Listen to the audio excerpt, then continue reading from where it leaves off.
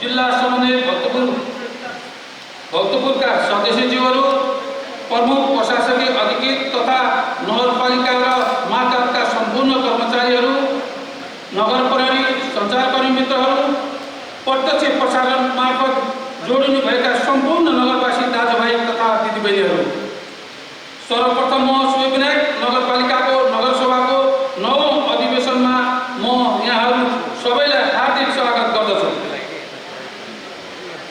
सूर्यविनायक नगरपालिकाको आर्थिक वर्ष 2078-79 को वार्षिक नीति कार्यक्रम यस गरिमामय सभा समक्ष पेश गर्न पाउँदा मलाई अत्यन्त खुसी लागेको छ। यस अवसरमा म नेपालको सार्वभौम सत्ता, स्वाधीनता, भौगोलिक अखण्डता, राष्ट्रिय हित, स्वाभिमान र लोकतान्त्रिक शासन प्रणालीको स्थापनार्थ विभिन्न कालखण्डमा भएका राजनीतिक आन्दोलन, सङ्घर्ष र क्रान्तिमा राष्ट्र र जनताको हित, कल्याण र उन्नतिका लागि आफ्नो जीवन समर्पण गर्नुहुने सम्पूर्ण ज्ञात अज्ञात शहीदहरूप्रति उच्च सम्मान व्यक्त गर्दै नेपालको राजनीतिक, आर्थिक र सामाजिक सांस्कृतिक रूपान्तरमा उहाँहरूले पुर्याउनु भएको योगदानको पुनः स्मरण गर्न चाहन्छु। विश्वमा कोभिड सङ्क्रमणको पहिलो लहरको प्रभाव कम हुँदै नपाउँदै अहिले कोभिडको दोस्रो भेरिएन्टबाट प्रभावित गर्न पुगेको छ र यसबाट हामी अछुतो छैनौँ। कोभिड-19 को पहिलो लहरको कारण गत वर्ष नगर क्षेत्रमा विकास निर्माण र आर्थिक तथा सामाजिक क्रियाकलाप प्रभावित बन्न पुग्यो। यसको प्रभाव न्यून नहुँदै अहिले हामी यसको दोस्रो भेरिएन्टसँग जुधिरहेका छौँ। यसले एकातिर विद्यमान स्वास्थ्य सेवा सुविधा र स्वास्थ्य प्रणालीमा गुणात्मक बढोत्तरीको माग गरेको छ भने अर्कोतिर विकास निर्माण, सेवा प्रवाह र नागरिक दैनिक जीवनयापनमा चुनौती खडा गरेको छ। यस महामारीको कारण नेपाल लगायत विश्वभर करोडौँ मानिस सङ्क्रमित हुनुको साथै लाखौँको निधन भएको छ। हाम्रो नगरपालिकामा कोभिड सङ्क्रमणको पहिलो लहरबाट गत वर्ष 3202 जना सङ्क्रमित भई 21 जनाको दुःखद निधन भएको थियो भने दोस्रो लहरमा 2078 जेठ वसन्तसम्म 3424 जना सङ्क्रमित भई 34 जना नागरिकले जीवन गुमाउनु परेको छ। कोभिड सङ्क्रमणको कारण जीवन गुमाउनु हुने नगरवासी, स्वदेश तथा विदेशमा रहनुहुने सम्पूर्ण नेपाली नागरिकहरूप्रति भावपूर्ण श्रद्धाञ्जली अर्पण गर्दै शोक सन्तप्त परिवारमा हार्दिक संवेदना र उपचार र सम्पूर्ण दाजुभाइ दिदीबहिनीहरूको शीघ्र स्वास्थ्य लाभको कामना गर्दछु। यसै बिचमा हामीसँगै सहकार्यमा रहनुभएका नगर कार्यपालिका सदस्य श्री जुलुमाया तामाङको 2078 साल जेठ 23 गते असामयिक निधन भएकोले उहाँप्रति भावपूर्ण श्रद्धाञ्जली अर्पण गर्दै शोक सन्तप्त परिवारप्रति हार्दिक संवेदना व्यक्त गर्दछु। जोखिमपूर्ण अवस्थामा पनि अग्रपन्थीमा रहेर सेवामा अवराध कठिन हुने चिकित्सक, नर्स, स्वास्थ्यकर्मी, सुरक्षा निकाय, राष्ट्र सेवा कर्मचारी, सरसफाइ कर्मी, जनप्रतिनिधि, राजनीतिक दल, नागरिक समाज, निजी तथा गैर सरकारी सङ्घ संस्थाको अग्रणी भूमिकाको म उच्च प्रशंसा र सम्मान गर्दछु। अत्यावश्यक वस्तु तथा सेवाको आपूर्तिमा संलग्न सबैलाई धन्यवाद दिँदै सरकारले चालेको कदममा साथ दिई सहयोग गर्नुभएको सम्पूर्ण नगरवासी दाजुभाइ तथा दिदीबहिनीप्रति हार्दिक आभार व्यक्त गर्दछु।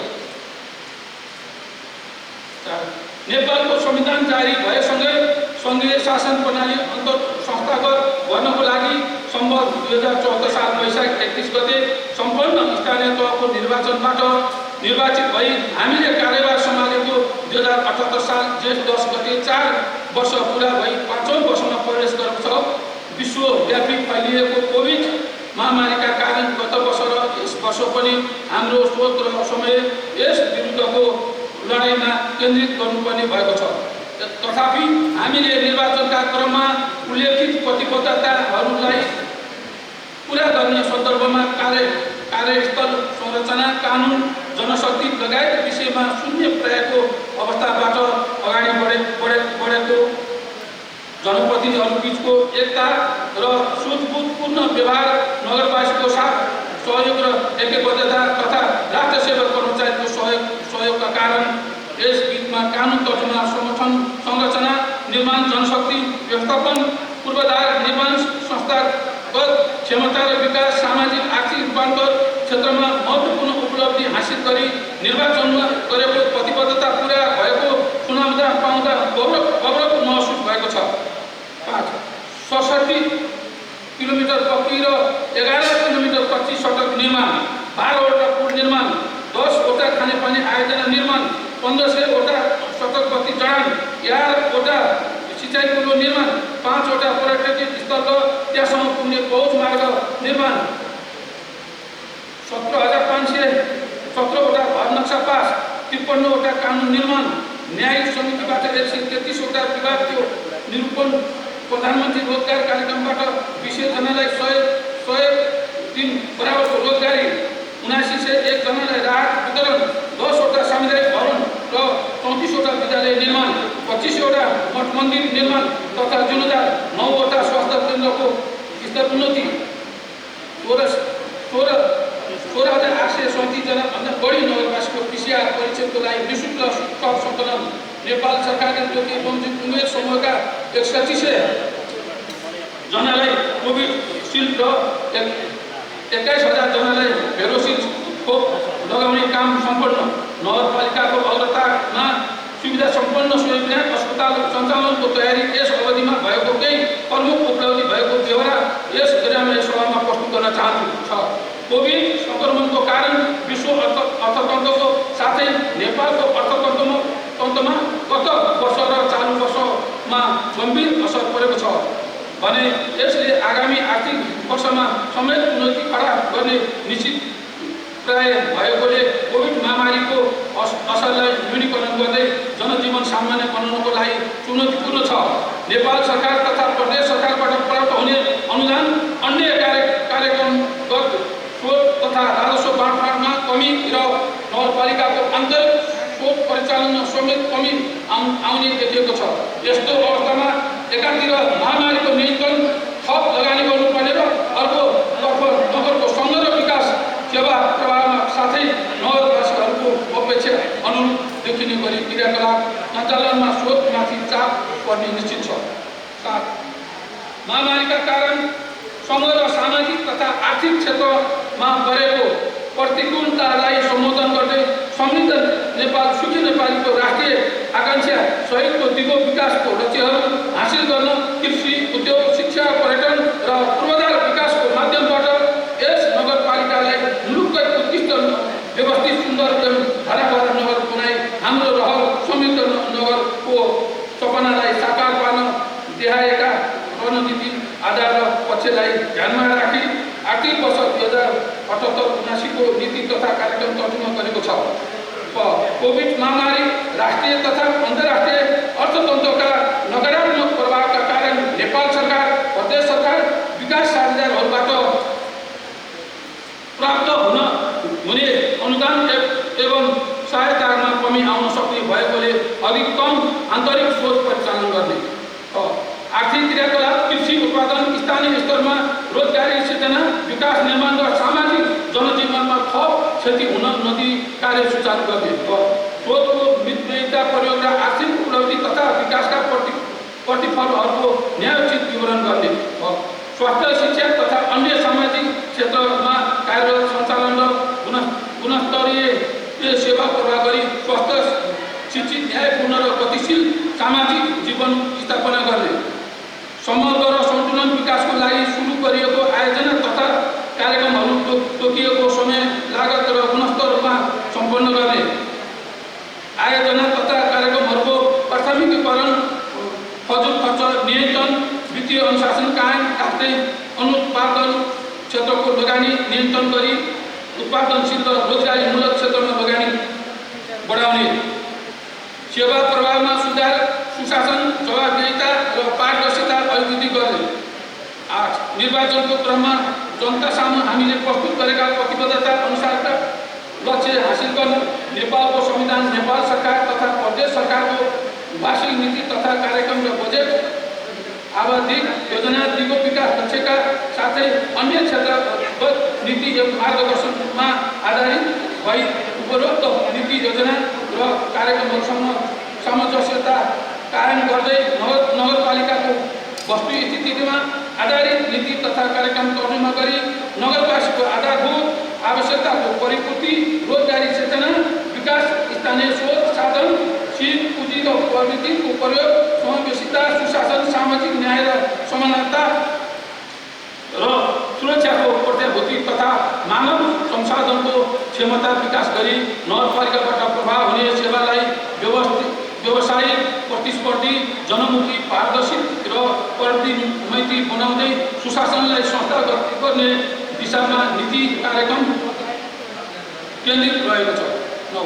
जनताको नजिकबाट रहेर नागरिकलाई पुर्याउनु पर्ने कृषि, शिक्षा, स्वास्थ्य, खानेपानी र सरसफाई पूर्वाधार निर्माण लगायतका सार्वजनिक सेवा सुविधाको प्रभावकारी ढङ्गबाट प्रवाह गर्न सरकारी, निजी, गैर सरकारी तथा सामुदायिक क्षेत्रसँग साझेदारी र सहकार्य गर्दै सुशासन र विकासलाई संस्थागत गर्ने हिसाबले आर्थिक वर्ष 77-78-79 को नीति तथा कार्यक्रम निर्माण गरेको छ। अब म क्षेत्रगत रूपमा सोहीविनायक नगरपालिकाको आर्थिक वर्ष 78-79 को नीति तथा कार्यक्रम प्रस्तुत गर्दछु। स्वास्थ्य, कोरोना संक्रमण रोकथाम र स्वास्थ्य प्रणालीमा सुधार नगरवासीको पहिलो प्राथमिकता हुनेछ। यसका लागि कोभिड महामारी विरुद्धको अभियान रचेर सामना गर्न सोहीविनायक नगरपालिकाको सामूहिक आह्वान अभियान सञ्चालन गर्नुका साथै कोभिड विरुद्धको क्रियाकलापहरू जस्तै खोप, पडताल, निःशुल्क स्वाब सङ्कलन तथा परीक्षण र खोप कार्यक्रमलाई चरणबद्ध अभियानको रूपमा सञ्चालन गर्ने कार्यलाई निरन्तरता दिएको छ। कोभिड सङ्क्रमणको नियन्त्रणमा गर्न वडा स्तरदेखि नै लक्षित कार्यक्रम सञ्चालन गरिनेछ। आगामी दिन नगरपालिका क्षेत्रभित्र कोभिड सङ्क्रमणलाई सकेसम्म नजिक रहेर सेवा प्रदान गर्नुपर्ने आवश्यकता सम्बोधन हुने गरी वडाका स्वास्थ्य संस्थाहरू लक्षित जनशक्ति र स्वास्थ्य सामग्री उपकरण समुचित प्रबन्ध मिलाइनेछ। नगरपालिकाको 8 जग्गामा छिट्टै सञ्चालन आउने लागेको सोहीविनायक अस्पताललाई आगामी दिनमा नेपाल सरकार तथा प्रदेश सरकारसँग सहकार्य लगानीमा विशिष्ट सेवासहित सबै प्रकारको स्वास्थ्य सुविधा उपलब्ध गराउने सुविधा सम्पन्न अस्पताल सञ्चालन गरिनेछ। नगरपालिका कोभिड सङ्क्रमणका कारण आइसोलेसनमा रहेर तर स्वास्थ्य अवस्था सामान्य रहेका नागरिकहरूको नियमित स्वास्थ्य जाँच, परीक्षण र औषधि उपचारको प्रबन्ध गर्नुका साथै वडा स्वास्थ्य निरीक्षण मार्फत निःशुल्क स्वास्थ्य परामर्श सेवा उपलब्ध गराइनेछ। निःशुल्क आधारभूत स्वास्थ्य सेवा आम नगरवासीको सहज पहुँचलाई उच्च प्राथमिकताको राखी राष्ट्रिय अभियानको रूपमा रहेको स्वास्थ्य बिमा कार्यक्रमलाई व्यापक बनाइने छ। नगर स्वास्थ्य बिमा कार्यक्रम कार्यविधि जारी गरी नगर क्षेत्रभित्र स्थायी बसोबास भई स्वास्थ्य बिमा गर्ने सबै घर परिवारका स्वास्थ्य बिमा कार्यक्रम बापत लाग्ने खर्च रु 1000 का दरले नगरपालिकाले बेहोर्ने व्यवस्था मिलाइदिन्छ। निरोगी नगर निर्माणको लागि नगरवासीलाई नगरपालिकाको मार्फतमा स्वास्थ्य संस्थाबाट निःशुल्क रूपमा पाउने औषधिहरूको सहज उपलब्ध व्यवस्था मिलाउनुको साथै नगरपालिकाले निःशुल्क उपलब्ध गराएका औषधि तथा अन्य सेवाहरूको विवरण सार्वजनिक गरिनेछ। सुलभ गुणस्तरीय सेवाको पहुँच सुनिश्चित गर्न जनसङ्ख्याको अनुपातमा आवश्यक जनशक्ति र अत्यावश्यक औषधि व्यवस्था, आधुनिक प्रविधि तथा उपकरण प्रयोग, गुणस्तरीय र विस्तारित पैथोलोजी सेवा, कार्यरत जनशक्ति ज्ञान तथा क्षमता अभिवृद्धि गर्न कार्यक्रम सञ्चालन गरिनेछ। 15 महिला स्वास्थ्य स्वयंसेविका आधारभूत तथा पुनरुत्थान तालिमको व्यवस्थाका साथै शारीरिक रूपमा कमजोर र 60 वर्ष उमेर पुरा गरेका महिला स्वास्थ्य स्वयंसेविका उहाँहरूले स्वास्थ्य क्षेत्रमा पुर्याउनु भएको योगदानको कदर गर्दै प्रोत्साहन सहित सेवाबाट बिदा दिने र रिक्त स्थानमा सक्षम महिलाहरूबाट सेवाको प्रबन्ध मिलाइनेछ। 16 स्वास्थ्य नगर हामी सबैको रहर अभियान अन्तर्गत हुम्की शिविर मार्फत विशेषज्ञ सेवा प्रयोगशाला सेवा र निःशुल्क औषधि वितरण तथा नसर्ने रोग सम्बन्धी विभिन्न अभिमुखीकरण लगायत कार्यक्रम सञ्चालन गरिनेछ।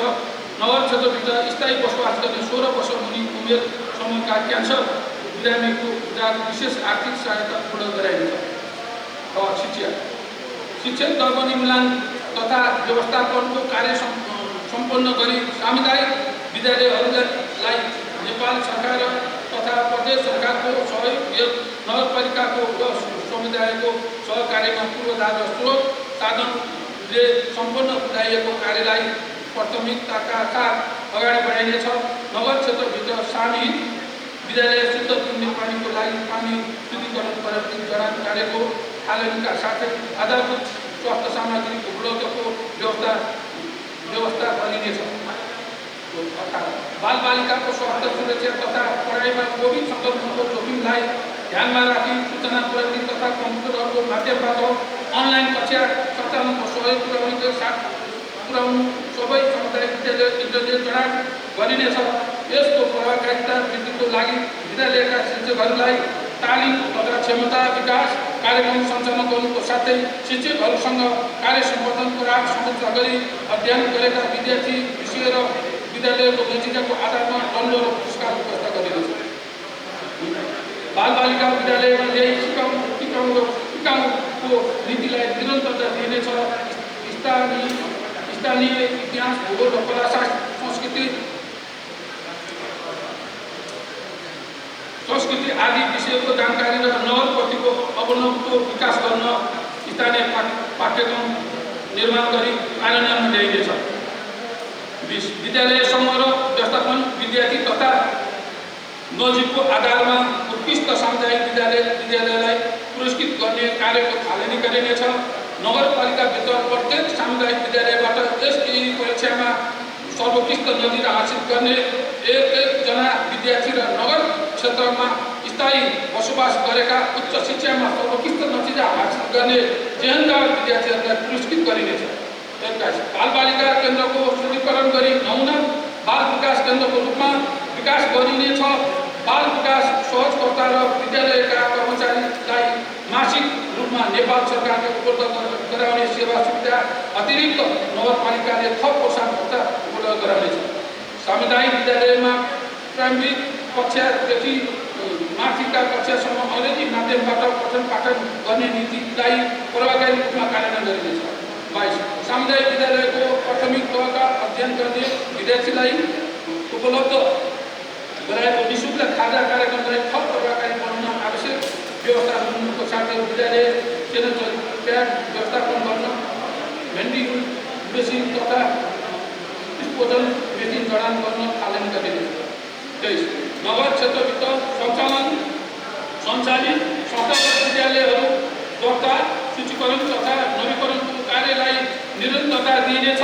कोभिडको कारण सिर्जित समस्यालाई समाधान गर्न संस्थागत विद्यालय लक्षित विभिन्न सहायताका कार्यक्रमहरू गर्नुको साथै नगरको शिक्षा क्षेत्रको विकासका लागि सामुदायिक र संस्थागत विद्यालयको बिचमा शिक्षामा गुणस्तर र पहुँच समानता स्थापित गर्न अन्तर विद्यालय अनुगमन घरमा सिकाइ साझा असल अभ्यास प्रदान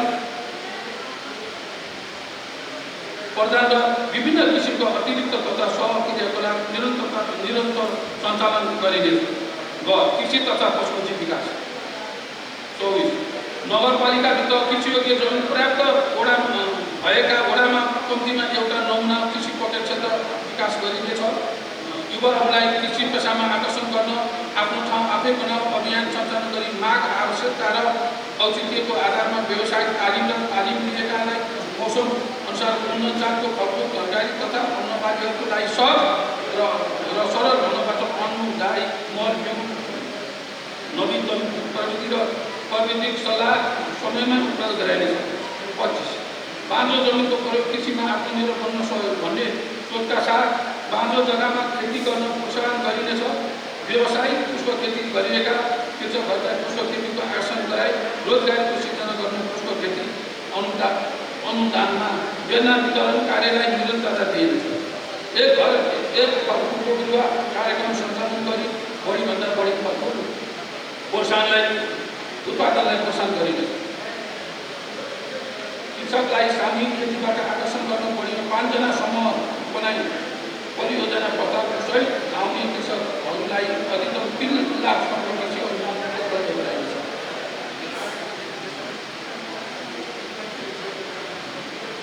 कृषिको अनुसूचीकरण कृषि क्षेत्रको तथ्याङ्क अद्यावधि तथा उत्कृष्ट कृषकहरूलाई पुरस्कृत गर्ने कार्यको थालनी गरिनेछ। कृषकलाई प्रोत्साहनको लागि प्रतिफलको आधारित प्रोत्साहन अनुदान कार्यक्रम, सिँचाइको उचित प्रबन्ध, बजारको सुविधा सुनिश्चितता तथा भण्डारणको लागि पूर्वाधार विकासमा विशेष ध्यान दिइनेछ। कृषकहरूको बीचमा स्वस्थ प्रतिस्पर्धात्मक वातावरणको सिर्जना गर्दै कृषि प्रणालीलाई सुदृढ र दिगो बनाउन उत्कृष्ट कृषक वा कृषकको समूहलाई पुरस्कृत गरिनेछ। 28 नगरको उत्पादन नगरमै उपभोगको नीतिलाई प्रोत्साहन गर्न वडा स्तरमा आवश्यक पूर्वाधार निर्माण गरी स्थानीय उत्पादन बिक्री तथा उपभोगको व्यवस्था मिलाइनेछ। यसको लागि कृषि मेला, नियमित कृषि हाट बजार, फुड फेस्टिभल आदि आयोजना गरिनेछ। 29 सिँचाइ गराउँ र उत्पादन बढाउँ अभियान मार्फत नगरपालिकाको क्षेत्रमा रहेका खेतीयोग्य जमिनमा सिँचाइ सुविधा पुर्याई कृषि उत्पादनमा वृद्धि गर्न परम्परागत गाँठ, कुलो, मुहान, ताल, तलैया, पोखरी संरचना तथा पुनर्स्थापनमा लागत साझेदारी गर्ने नीति लिइनेछ। निर्माण सम्पन्न सिँचाइ आयोजना सञ्चालन तथा मर्मत सम्भालको स्थानीय उपभोक्ता समितिलाई सक्षम र जिम्मेवार बनाइनेछ। कृषिमा आत्मनिर्भरको लागि विजन ब्याङ्क र कृषि क्षेत्र पारिवारिक मल उत्पादन केन्द्र, बजार तथा भण्डारको केन्द्र, शिक्षण केन्द्र, कृषि प्रयोगशाला स्थापना गरी यसलाई क्रमशः स्तरीकृत गर्दै लगिनेछ। पारिवारिक खेती प्रणालीलाई प्रोत्साहन स्वरूप माटो सुधारका कार्यक्रम अन्तर्गत कृषकलाई तुल र पारिवारिक मल वितरण गरिनेछ। पशुधनले उत्पादनमा जोड दिँदै कृषकहरूलाई निःशुल्क पशु स्वास्थ्य सेवा तथा लागत साझेदारी पशुपालन तथा लगानी गर्ने प्रोत्साहन गरिनेछ। व्यावसायिक पशुपक्षी फर्महरू वातावरण तथा प्राकृतिक मैत्री बनाउन माग गर्न तयार गरी लागू गरिनेछ। परम्परागत रूपमा पशुपक्षी पालना गर्दै आएका कृषक तथा कृषक समूहहरूलाई लक्षित गरी नौलो सुधार तथा आहार व्यवस्थापन कार्यक्रम सञ्चालन गरिनेछ। पशुपक्षी व्यवसायलाई आयमूलक पेसाको रूपमा स्थापित गर्न उत्कृष्ट कृषक सम्मान कार्यक्रम सञ्चालन गरिनेछ। कृषकलाई पशु बिमा गर्न प्रोत्साहन गरिनेछ। नगर क्षेत्रमा भएका सामुदायिक कुकुर व्यवस्थापन गर्न वन्यकरण शिविर सञ्चालन गरिनेछ। छाडा पशुहरू नियन्त्रण घरपालुवा पशुहरू व्यवसाय छाडेमा व्यक्तिको पहिचान गरी कानुन बनाउने कडा कारबाही गरिनेछ। शहरी विकास योजनाबद्ध विकास शहरी विकास सुरक्षित बस्ती विकासको निकासलाई मनन गरी व्यवस्थित शहरीकरणबाट सर्वसुलभ, दिगो र सुन्दर सहरको विकास गर्न भू-उपयोगी योजनामा आधारित व्यवस्थित योजनाबद्ध वातावरणमै शहरी विकास गर्ने नीति लिइनेछ। अनियन्त्रित शहरी विकास नियन्त्रण र नयाँ बस्ती विकासको लागि ससाना प्रत्येक स्थानमा पहिचान गरी समुदायको साझेदारीमा बस्ती विकास गरिनेछ। आवास तथा बस्ती विकासका लागि छुट्याएका क्षेत्रहरूमा निजी क्षेत्र र नगरपालिकाको संयुक्त पहलमा जग्गा एकीकरण आयोजना सञ्चालन गर्न व्यवस्था गरिनेछ। शहरी विकास र मन्त्रालयले काठमाडौँ उपत्यका विकास प्राधिकरणबाट स्वीकृति विस्तृत परियोजना प्रस्ताव उल्लेखित नगरपालिका क्षेत्रभित्र पर्ने स्थानमा नयाँ सहर निर्माण गर्न कार्य यथा समयमा सम्पन्न गराउन आवश्यक समन्वय गरिनेछ। 36 बसोबासका लागि नगर क्षेत्रमा नयाँ जग्गा विकासको क्रममा पूर्वाधार निर्माण गर्दा उपयुक्त प्राविधिक र डिजाइनलाई प्रोत्साहन गरिनेछ। स्थानीय मौलिक तथा प्रचलित प्राचीन वास्तुकला प्रदर्शन तथा स्थानीय निर्माण सामग्री प्रयोग गरी सुरक्षित घर निर्माणको प्रोत्साहन गरिनेछ। भवन निर्माण गर्दा राष्ट्रिय भवन संस्था र भवन निर्माण मापदण्डको प्रभावकारिता कार्यान्वयनको व्यवस्था मिलाइनेछ। नगरपालिकाको घर घर नक्सा तथा बाटो सम्बन्धी मापदण्ड कडाइका साथ लागू गरिनेछ। 37 निजी आवास अभिलेखीकरण कार्यलाई थप प्रभावकारी र व्यवस्थित तुल्याइनेछ। नक्सा पास प्रक्रियालाई वैज्ञानिक र आधुनिक प्रविधि बनाउन कम्प्युटर नेटवर्क प्रणालीमा आधारित नक्सा पास प्रक्रिया सुरु गरिनेछ। निर्माण सम्पन्न प्रमाणपत्र लिइसकेका नगरपालिकाको पूर्व स्वीकृति बिना थप संरचना निर्माण गरी पाइएमा सोको अभिलेख राखी कानुनी कारबाही गरिनेछ। 38 सघन सहरी बस्ती भएका स्थानमा उपभोक्ताको सहर लगानीमा पार्क, हल, विद्युत, खानेपानी तथा सहरी सडक निर्माणमा प्राथमिकता दिइनेछ। भूमि सम्बन्धी समस्या सम्बन्ध आयोग नगरपालिका बीच भएको समझदारी बमोजिम नगर क्षेत्रभित्र भूमिहीन सुकुम्बासी र अव्यवस्थित बसोबास सम्बन्धी समस्या समाधानको लागि आवश्यक पहल र सहजीकरण गरिनेछ।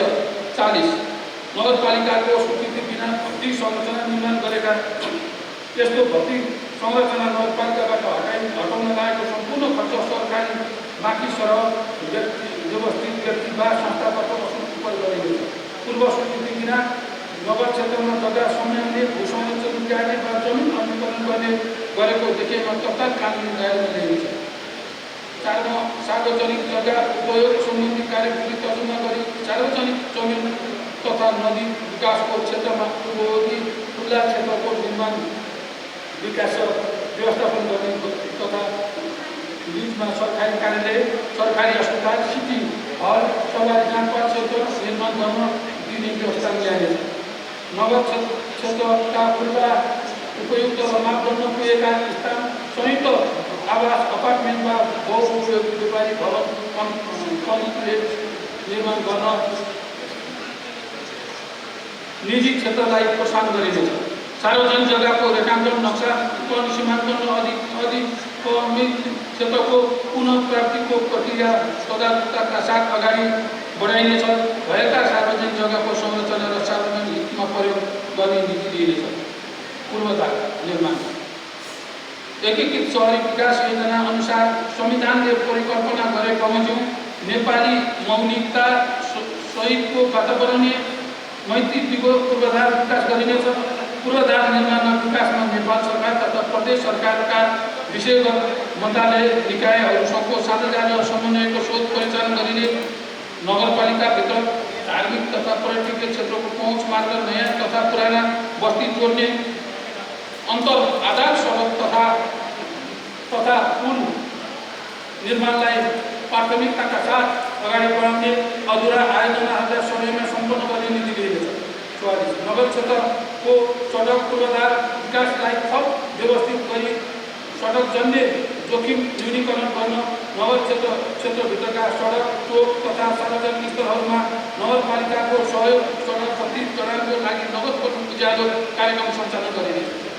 आयोजना छोड्नु सञ्चालन र व्यवस्थापनमा दोहोरो कोना आउन नदिई नगर आयोजनाको बैङ्कको अवधारणा कार्यान्वयनमा ल्याइनेछ। आवश्यक औचित्य र स्रोतको उपलब्धताको आधारमा आयोजनाको वर्गीकरण र प्राथमिकीकरणको गरी कार्यान्वयनमा प्रबन्ध गरिनेछ।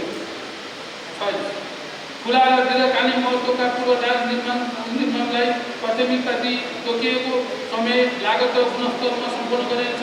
तोकिएको समय, लागत र गुणस्तरमा कार्य सम्पन्न गर्ने निर्माण व्यवसायलाई पुरस्कृत गर्ने नीति दिइनेछ। सडकको नियमित आवधिक र आकस्मिक मर्मत सम्भार कार्यलाई समायोजनबद्ध ढङ्गबाट कार्यान्वयन गरिनेछ।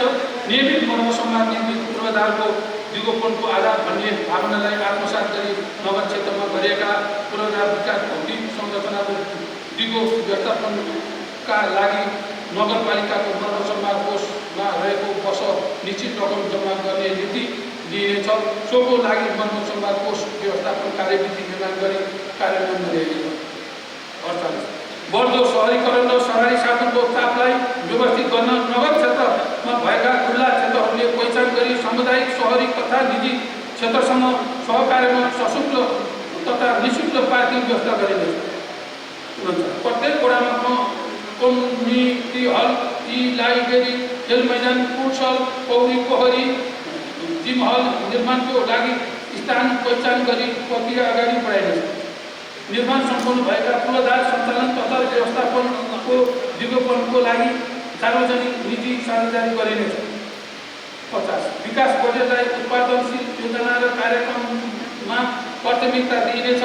विकास निर्माणका अध्ययन अनुसन्धान र डिजाइन पक्षलाई जोड दिँदै विस्तृत अध्ययन र डिजाइन तयार भएपछि मात्र निर्माण प्रक्रिया थालनी गर्ने पद्धति संस्थागत गरिनेछ।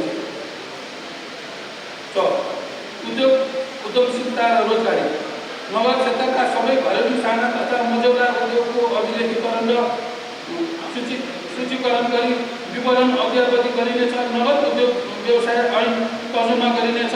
संयुक्त नगर निर्माणको आधार उद्यमशीलता, उत्पादन वृद्धि र रोजगारलाई यथार्थतामा परिणत गर्न उपलब्ध स्रोत साधन पुँजी सिप र प्रविधिको अधिकतम उपयोग गरी उत्पादन र उत्पादकत्व वृद्धिका कार्यक्रम सञ्चालन गरिनेछ।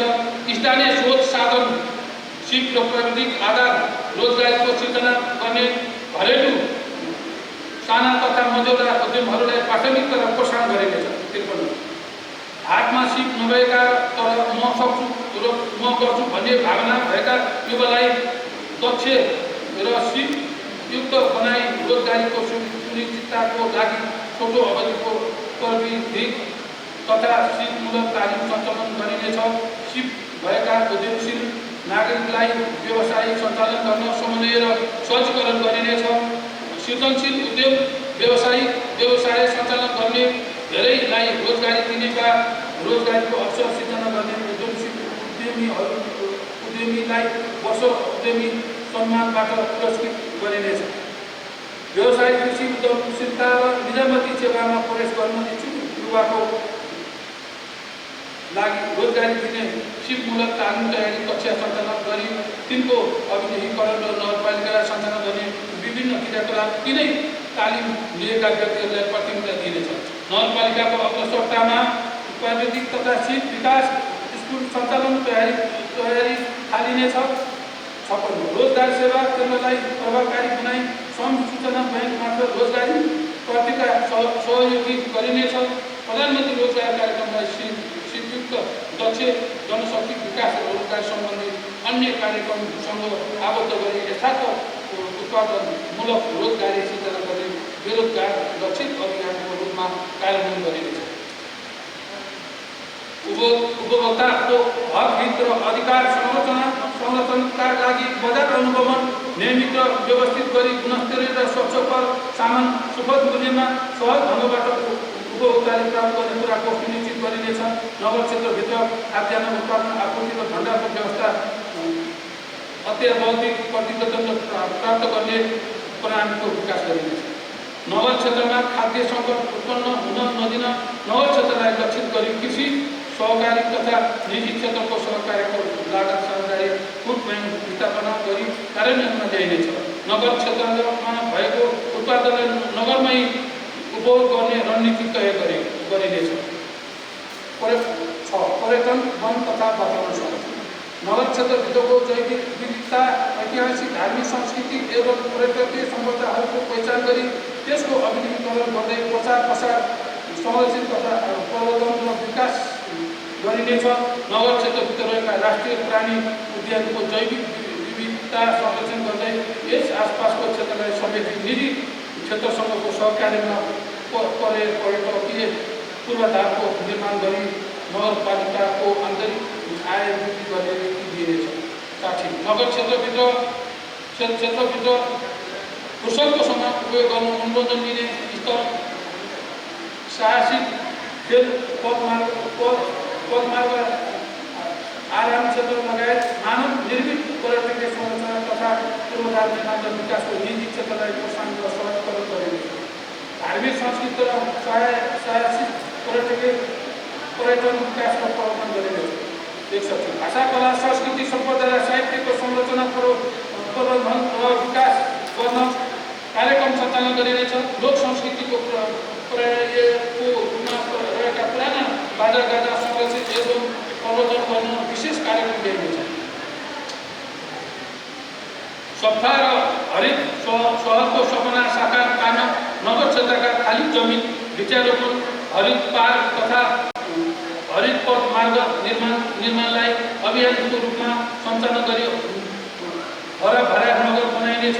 वनको संरक्षण, विकास र उपयोग नगरवासीको सहभागिता अभिव्यक्ति गर्न सामुदायिक वन उपभोक्ता समितिलाई स्थानीय सरकार सञ्चालन ऐनको प्रयोगकारी बमोजिम नगरपालिकाको आधारभित्र ल्याइनेछ। नगर क्षेत्रभित्र अरण्यको राजमार्ग तथा अन्य सडक आसपास क्षेत्रमा वृक्षारोपण तथा रोपिएका रुखहरू र रुखसहितको हरियाली संरक्षण गर्न निरी तथा सामुदायिक सङ्घ संस्थासँग सहकार्य गरी दिगो हरित सडक विकास गरिनेछ। 64 वन तथा वन्यजन्तु निशाना गर्ने वन क्षेत्रको भौतिक संरचना बिगार्ने, मास्ने वा अनधिकृत रूपमा वन क्षेत्रको प्रयोग गर्ने प्राकृतिक स्रोत साधनको दोहन गर्ने व्यक्ति तथा सामुदायिक समुदायको पहिचान गरी कानुनी दायरामा ल्याइनेछ। प्लास्टिक झोलालाई निरुत्साहित गर्दै वैकल्पिक झोलाको प्रयोगलाई प्रेरित गरिनेछ। सार्वजनिक स्थानहरूमा फोहोर मैला विसर्जन गर्ने तथा प्रदूषणयुक्त कार्य गर्ने व्यक्ति तथा संस्थाको पहिचान गरी नियमनका लागि कानुनी कारबाही गरिनेछ। 67 नगर क्षेत्रको वातावरण संरक्षण तथा फोहोर मैला व्यवस्थापन नेपाल सरकार, प्रदेश सरकार तथा विकास साझेदारीहरूको सहयोगमा सम्भाव्यता अध्ययन थालनी गरिनेछ। वातावरण संरक्षण तथा फोहोर मैला व्यवस्थापनको सन्दर्भमा छिमेकी नगरपालिकासँग समेत समन्वय गरी सहकार्य गरिनेछ। 67 जलवायु, माटो, ध्वनि तथा विद्युतीय लगानी सबै प्रकारका वातावरणीय प्रदूषण रोकथाम र नियन्त्रण गर्न आवश्यक नीति कानुन र प्रभावकारी संरचना निर्माण गर्नुका साथै शोध, अनुसन्धान र क्षमता अभिवृद्धि एवं चेतनामूलक कार्यहरूको सञ्चालनमा निरन्तरता दिइनेछ। 68 फोहोर उत्पादन स्रोतमा नै वर्गीकरण गरी व्यवस्थापन र फोहोरहरूलाई मोहको रूपमा रूपान्तरण गर्दै ऊर्जा र जैविक मल उत्पादन गर्न सार्वजनिक निजी साझेदारी कार्यक्रम अगाडि बढाइनेछ। सड्ने गर्ने खालका राशि फोहोर घरमै जम्मा गरी त्यसको प्रयोग मार्फत कोशी खेती कार्यक्रममा प्रबन्धन प्रोत्साहन गरिनेछ। 69 नगर क्षेत्रभित्र वातावरणीय मापदण्ड पुरा नगरका विचार उद्योग वातावरण परीक्षण गरी वातावरण मिति नदेखिएका उद्योगीहरूलाई विस्थापित गर्नुका साथै वातावरण मापदण्ड पुरा नभएसम्म नगर क्षेत्रमा कुनै पनि प्रकारको उद्योग, कल कारखाना स्थापना र सञ्चालन पूर्ण रोक लगाउने नीतिलाई कडाइका साथ कार्यान्वयन गरिनेछ। 70 नेपाल सरकार तथा प्रदेश सरकारको समन्वय र सहयोगमा नगर जलवायु अनुकूलन कार्यमा तर्जुमा गरी कार्यान्वयन गरिनेछ। जलवायु परिवर्तनको असर न्यूनीकरण र हरियाली प्रबन्धन गर्न सार्वजनिक स्थल तथा सडक किनारमा वृक्षारोपण गर्ने कार्यलाई निरन्तरता दिइनेछ। र खानेपानी तथा सडक 71 एक घर एक धाराको नीति निरन्तरता दिँदै नगर क्षेत्रभित्र सञ्चालित खानेपानी तथा नयाँ तथा परम्परागत आयोजना नेपाल सरकार, प्रदेश सरकार र नगरपालिकाको सहर लगानी एवं सहकार्यमा सम्पन्न गरी सबै घरधुरीमा खानेपानीको पहुँच सुनिश्चित गरिनेछ। बढ्दो सहरीकरण र बस्ती विकाससँगै खानेपानीको माग आपूर्ति पूर्वानुमान गरी आवश्यक तयारी थालिनेछ। खानेपानीको स्रोत संरक्षणको लागि ऐतिहासिक धारा कुवा तथा परम्परागत स्रोतलाई सम्पदाकै रूपमा संरक्षण गर्नुका साथै जलधारको दिगो संरक्षणका लागि मापदण्ड बनाई कार्यान्वयन गरिनेछ। नगर क्षेत्रका सबै जलाधारयुक्त खानेपानी मुहान कुवाहरूको अभिलेख बनाई तिनको उपयोग र वितरणको मापदण्ड निर्धारण गरी नगर जलस्रोत ऐन बमोजिम दर्ता भएका जल उपभोक्ता समिति तथा नियमित नवीकरण र नियमनको व्यवस्था मिलाइनेछ। 73 कोभिड सङ्क्रमणको जोखिमबाट समेत मध्यनजर राखी नगरपालिकाले पूर्ण सरसफाइ रणनीतिक योजना 2017 बमोजिम सबै वडा स्तरीय समितिलाई क्रियाशील बनाई नगर क्षेत्रभित्र पूर्ण सरसफाइ कार्यक्रम अभियानको रूपमा सञ्चालन गरिनेछ। यसका लागि निजी तथा सामुदायिक सङ्घ संस्था र गैर सरकारी सङ्घ संस्था साझेदारी र समन्वय गरिनेछ। नगर क्षेत्रभित्र सार्वजनिक शौचालय लगायतका सार्वजनिक स्थलहरूमा शौचालयको प्रबन्ध गरिन्छ। 6 युवा तथा खेलकुद नगर क्षेत्रका युवालाई लक्षित गरी स्वरोजगार, आत्मनिर्भर र स्वावलम्बी बनाउन युवा उद्यमी प्रोत्साहन कार्यक्रम सञ्चालन गरिनेछ। युवाहरूलाई स्थानीय माग र आवश्यकताको आधारमा छोटो अवधिका रोजगार सिपमूलक विकास तालिम प्रदान गर्ने व्यवस्था मिलाइनेछ।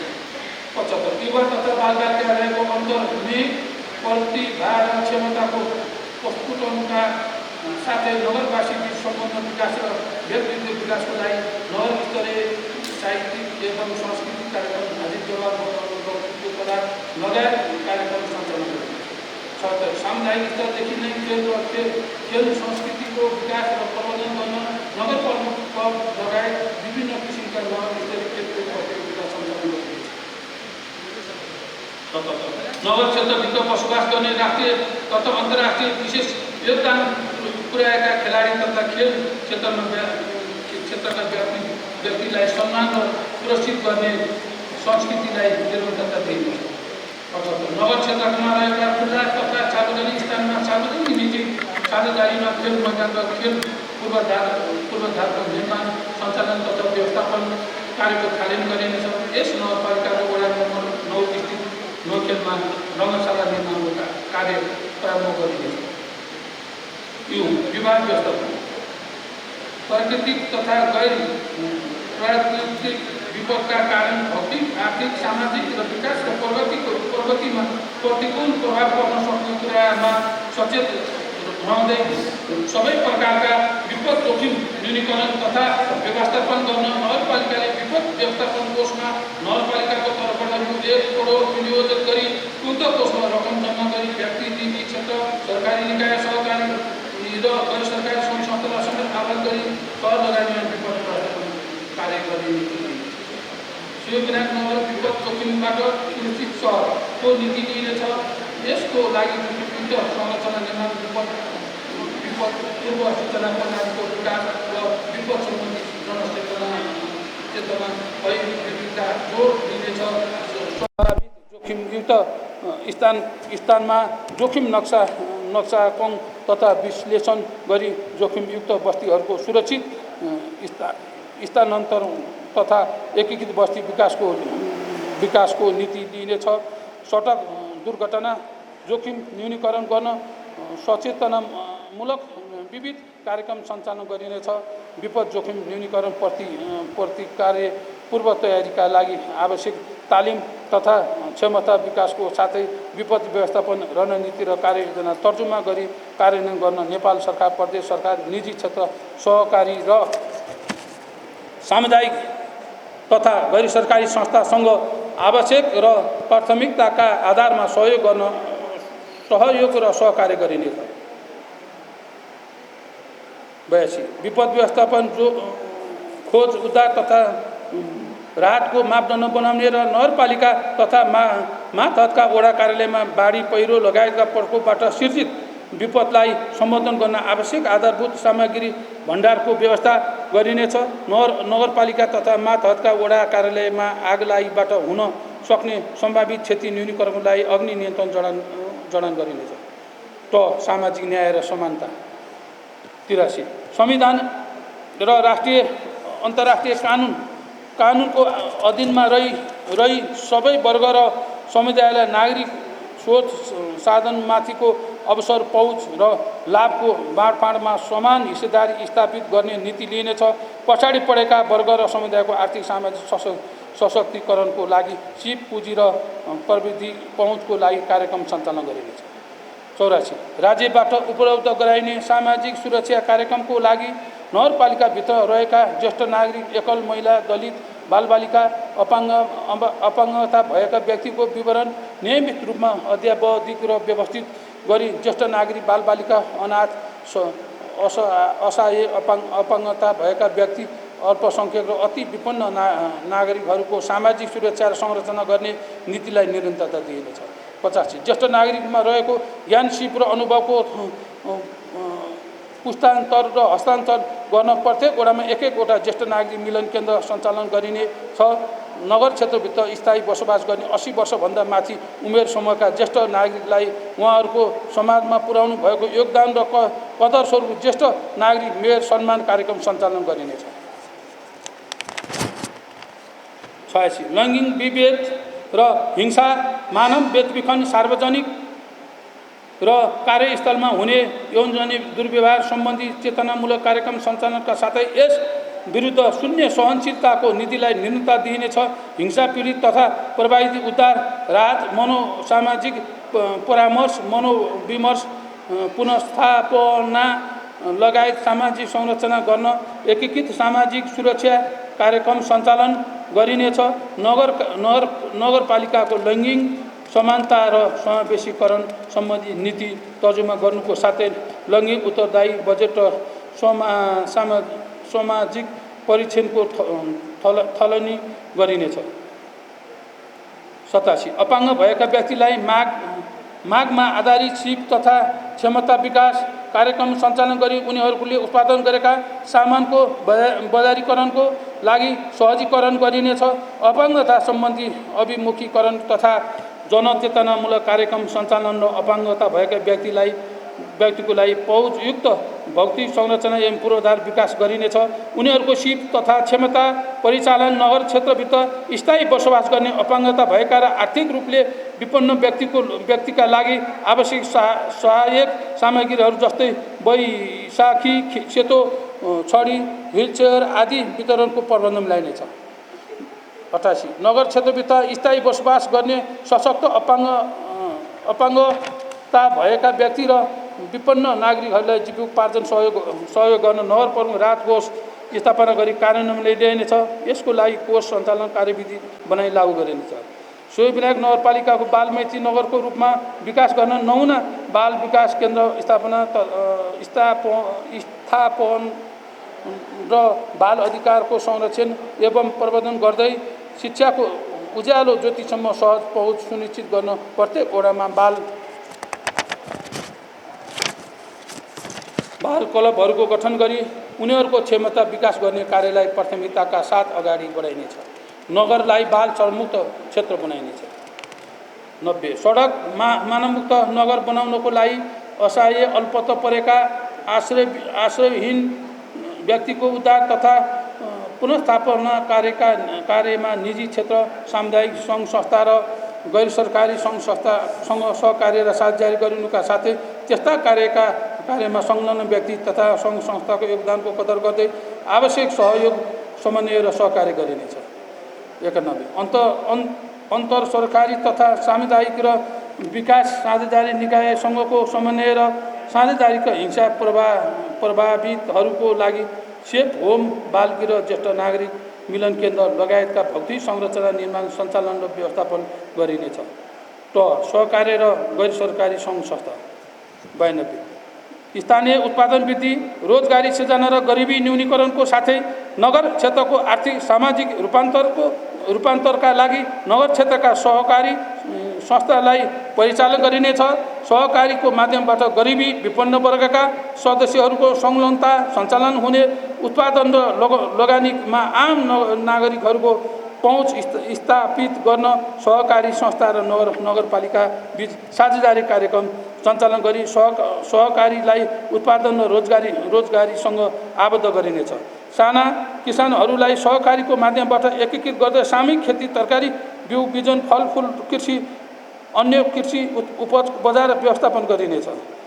93 सहकारीको विश्वव्यापी सिद्धान्त र मूल्य मान्यता तथा सहकारी कानुन अनुरूप सहकारीको दर्ता, सञ्चालन, नियमन र अनुगमनलाई प्रभावकारी बनाइनेछ।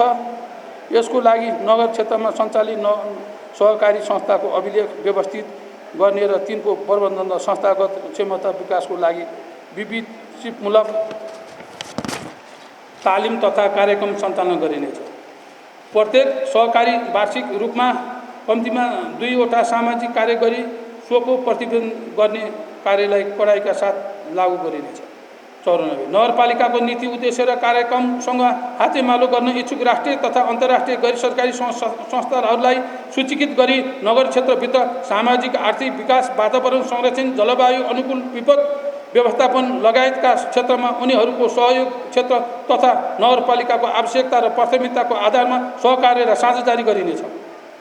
प्रशासनिक प्रबन्ध नगर क्षेत्रको शान्ति सुव्यवस्थालाई प्रभावकारी बनाई आम नागरिक र सम्पत्ति सुरक्षाको प्रत्याभूति गरिनेछ।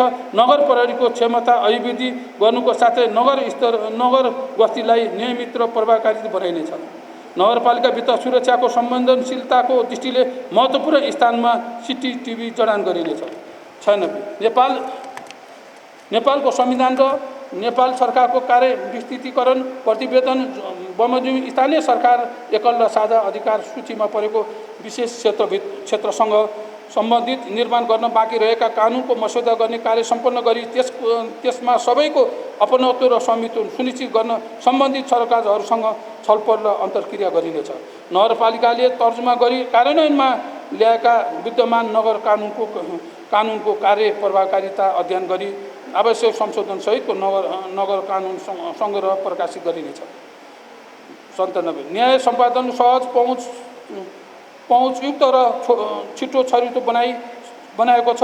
न्यायिक समितिले भूमिकालाई थप प्रभावकारी बनाउँदै उजुरी विवादको समयमै निरूपण गरी पीडितलाई न्याय प्रत्याभूति दिलाउन न्यायिक समितिको क्षमता विकास गरिनेछ। स्थानीय स्तरमा उत्पन्न विवाद समाधानार्थ वडा स्तरमा गठित मेलमिलाप केन्द्रलाई सशक्त प्रभावकारी बनाउनुको साथै न्यायिक काम कारबाहीको अभिलेख अद्यावधि गरी विवादको कारणले फाटेका मनहरूलाई मेलमिलापको माध्यमबाट सिलाउने कार्यलाई पहिलो प्राथमिकता दिई विवाद रहित नगरपालिका बनाइन्छ। माध्यमिक तहका विद्यार्थी लक्षित स्थानीय कानुन सबैले जानुन कार्यक्रम सञ्चालन गरी स्थानीय कानुन सम्बन्धी विषयमा साथै मौलिक हक र मानव अधिकार सम्बन्धी कानुनलाई कानुनी सचेतना विशेष कार्यक्रम सञ्चालन गरिनेछ। 79 नगरपालिकाबाट प्रवाह गरिने सेवालाई जनमुखी सक्षम सुदृढ सेवामूलक र उत्तरदायी बनाउँदै लैजाने यसको प्रशासनिक संरचना जनशक्ति कार्यशैली कार्यविधि र प्रक्रिया नयाँ प्रविधिक ज्ञान सिप र क्षमताको आधारमा नागरिक पहुँच मैत्री बनाउँदै लगिनेछ। नगरपालिकाको प्रदान गर्नुपर्ने सेवाको प्रकृति एवं कार्यचापको आधारमा नगरपालिका र अन्तर्गतका सङ्गठन र संरचना दरबन्दीलाई पुनरावलोकन गरी कार्यात्मक सङ्गठन संरचना निर्माण गरिनेछ।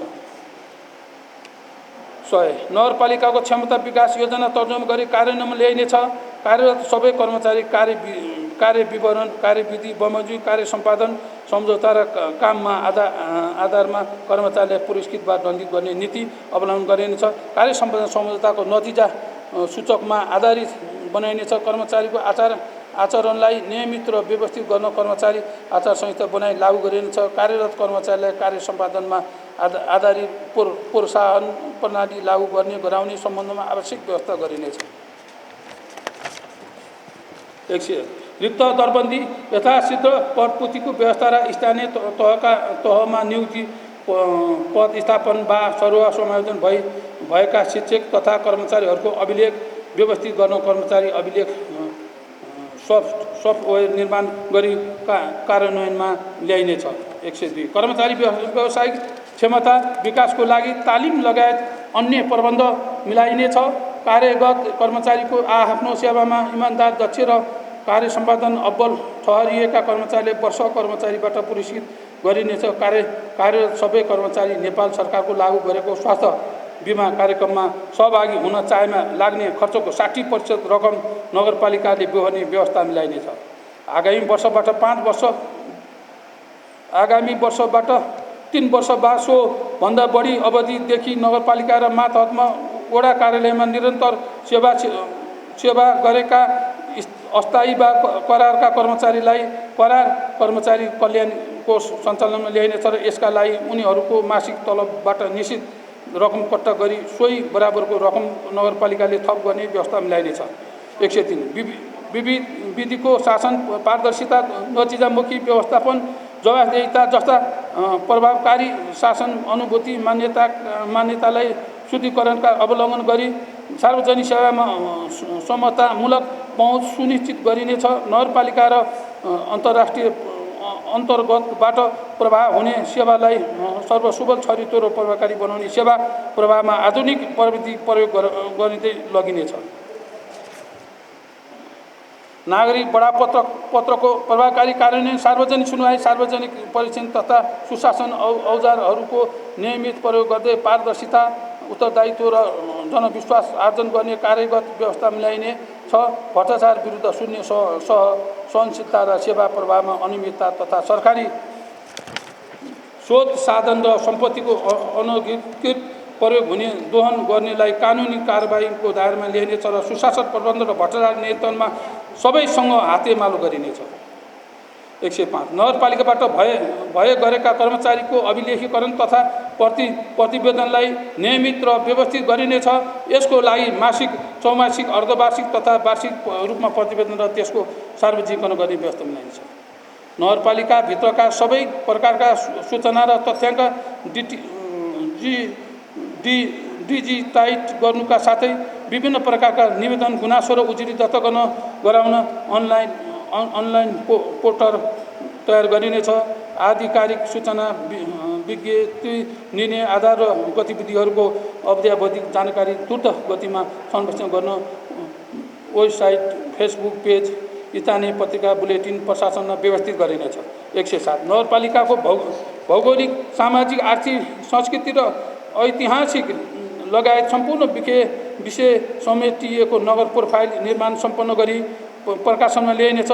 निर्वाचित जनप्रतिनिधिहरूको कार्यकाल भएको कामहरूको वडागत रूपमा दस्तावेजीकरण गरी पुस्तकको रूपमा प्रकाशनमा ल्याइनेछ। वित्तीय सुशासन र राजस्व परिचालन। 108 नगरपालिकाका मातहतमा कार्यालयबाट हुने चालु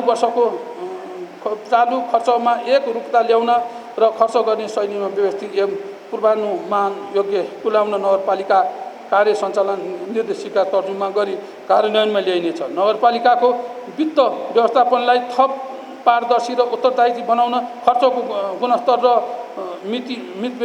मितव्ययिता कायम गर्न र सम्बन्धित व्यक्ति निकायलाई जवाफदेही बनाउन नगर आर्थिक कार्यविधि ऐन तर्जुमा गरी कार्यान्वयनमा ल्याइनेछ। 109 साल बसाली रूपमा रहँदै आएको पुरानो पेशी बेरोजी फसोटलाई प्रभावकारी बनाउँदै खर्च व्यवस्थापन गर्दा आर्थिक वर्ष समाप्त हुँदा शून्य पेशी र न्यून बेरोजीको सिद्धान्तलाई व्यवहारमा लागू गरिनेछ। पुरानो पेशी बेरोजी भएको पक्षमा व्यक्ति मार्फत भौतिक पूर्वाधार विकास लक्षित वर्गको कार्यक्रम तथा उपभोक्ता समितिको कार्य नगराउने नीतिगत व्यवस्थालाई निरन्तरता दिइनेछ। रङ्गीन बिल र कार्य प्रगतिको आधारमा भुक्तानी गर्ने परिपाटीलाई संस्थागत गरिनेछ। बजेट अनुमान र खर्चलाई यथार्थपरक बनाइनेछ।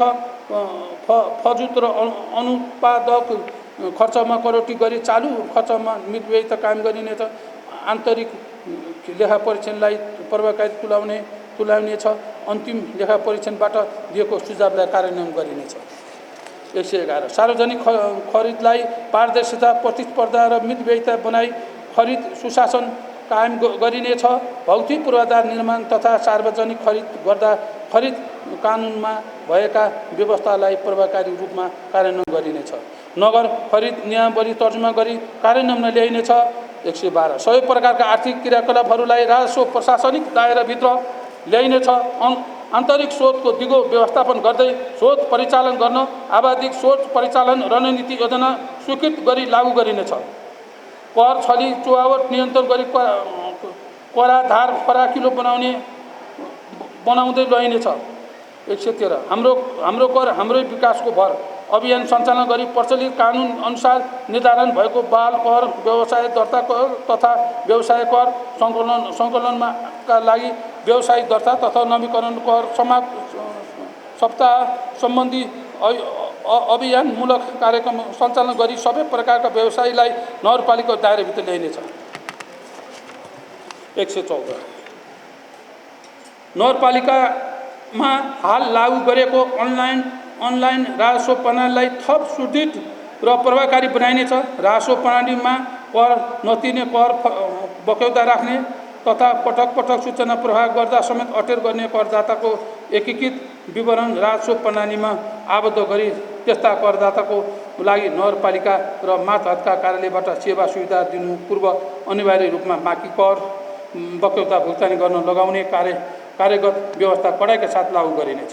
115 आर्थिक वर्ष 2077-78 नगरपालिकाले दर्ताबाद सूचीकृत भई समयमा नै कर दायित्व भुक्तानी र नवीकरण भएका कर कोभिड महामारीको कारण नियमित सञ्चालन तथा व्यवस्थापन हुन नसकेकोले उद्योग व्यापार व्यवसायी र सरकारीलाई निश्चित समयसम्म जरिवाना नलाग्ने नीतिगत प्रबन्ध गरिनेछ। 116 राजस्व प्रणाली प्रशासनलाई थप प्रभावकारी र प्रविधि मैत्री बनाउन कर्मचारीहरूको लागि थप तालिमको साथै प्रविधि सुधार र क्षमता विकासमा लगानी गरिनेछ। माननीय सदस्यज्यूहरू, नगरपालिका उपप्रमुख, प्रमुख प्रशासकीय अधिकारी, नगर सभासद सम्पूर्ण सदस्यहरू, आज यो नीति तथा कार्यक्रम तथा गरिमामय सभामा प्रस्तुत गरिरहँदा विश्वव्यापी कोभिड सङ्क्रमणको प्रभाव छिट्टै न्यून भई नगरवासी दाजुभाइ दिदीबहिनीको जनजीवन र विकास निर्माणका कामहरू पहिले जस्तै सामान्य रूपबाट अगाडि बढ्ने आड्कलन रहेको छ। कोरोना भाइरसको कारण स्थिति नियन्त्रणभन्दा बाहिर गएमा आर्थिक वर्ष 2078-79 को वार्षिक नीति तथा कार्यक्रम र बजेटलाई पुनः प्राथमिकरण गरी नगरवासीको जीवन रक्षाको लागि मैले पेश गरेको नीतिगत व्यवस्थालाई आवश्यक र औचित्यको आधारमा कार्यपालिकाको बैठकबाट अन्य क्षेत्रमा विनियोजन बजेट समेत नोभेल कोरोना भाइरसको सङ्क्रमण नियन्त्रणमा खर्च गर्ने व्यवस्था मिलाइएको छ। 118 सूर्यविनायक नगरपालिकाको सार्वभौम यस नगरमा पेश भएका आर्थिक वर्ष 77-78-79 प्रस्तावित नीति तथा कार्यक्रमलाई हालसम्म प्राप्त सामाजिक आर्थिक उपलब्धिलाई संरक्षण र संस्थागत गर्दै थप उन्नत बनाउने, सेवा प्रवाहलाई प्रभावकारी बनाउने, कोभिड महामारी रोकथाम तथा नियन्त्रण गर्ने र महामारीबाट प्रभावित क्षेत्रलाई सहजीकरण गर्दै विकास निर्माण कार्यहरूलाई तीव्रता दिने अठोट लिएको छ। आगामी आर्थिक वर्षको बजेट तथा कार्यक्रम समेत यही नीति तथा कार्यक्रम कार्यान्वयनको दिशामा निर्देशित भई तयार गरिनेछ। नीति तथा कार्यक्रम निर्माणमा क्रममा आफ्नो अमूल्य सहायता सुझाव उपलब्ध गराई सहयोग पुर्याउनु हुने नगरवासी दाजुभाइ दिदीबहिनी, राजनीतिक दल, निजी क्षेत्र, नागरिक समाज, बुद्धिजीवी, सञ्चार माध्यम लगायत सबैमा हार्दिक धन्यवाद दिन चाहन्छु। 119 प्रस्तावित नीति तथा कार्यक्रम हाम्रो रहर समृद्ध नगरको दीर्घकालीन सोच र लक्ष्यको मार्गदर्शन दस्तावेजको रूपमा रहनेछ। यसको सफल कार्यान्वयनबाट समृद्ध नगर निर्माणको योगदान पुग्नेछ। यसको सार्थकताको लागि सबैको प्रयास, साथ, सहयोग, सहकार्य र स्वामित्व भाव जरुरी भएको नगरमा क्रियाशील राजनीतिक दल, निजी क्षेत्र, नागरिक समाज, सञ्चार जगत र आम नगरवासीको एकैबद्धताको अपेक्षा गरेको छु। कोभिड सङ्क्रमणको तासको बीचमा पनि नगरपालिकाले समृद्ध नेपाल सुखी नेपालीको राष्ट्रिय आकाङ्क्षालाई सार्थक बनाई नगर क्षेत्रको उत्थान, विकास र समृद्धिको यात्राको लागि तय गरेको नीति तथा कार्यक्रम सफल कार्यान्वयनको रूपमा हुनेमा विश्वास लिएको छु। धन्यवाद।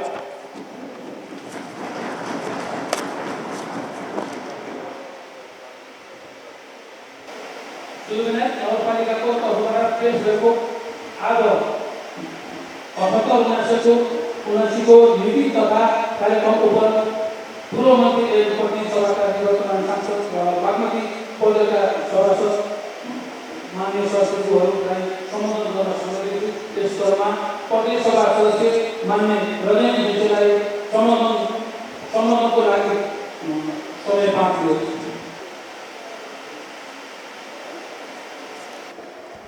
धन्यवाद मेयर साहबलाई। सबभन्दा पहिले म एउटा सानो हजुर म आज अलि ढिलो आएकोमा सर्वप्रथम म क्षमा माग्दछु, किनभने म बाहिर आउनु बेलामा एकजना मानिस आउनुभएको थियो। हामी नेपालीहरू कोही घरमा आएदेखि स्वागत गर्नुपर्छ र त्यसैले म अलि उहाँसँग कुरा गर्दाखेरि यहाँ आउन ढिलो भयो, यसको लागि क्षमा प्राप्ति गर्दछु। आज यस श्री विनायक नगरपालिकाको 9औं अधिवेशन 2018 साल आज 9 गते बुधबार सुरु हुन गइराखेको हो, जुन आज हाम्रो यस श्री विनायक नगरपालिकाका मेयर साहब वासुदेव थापाज्यू,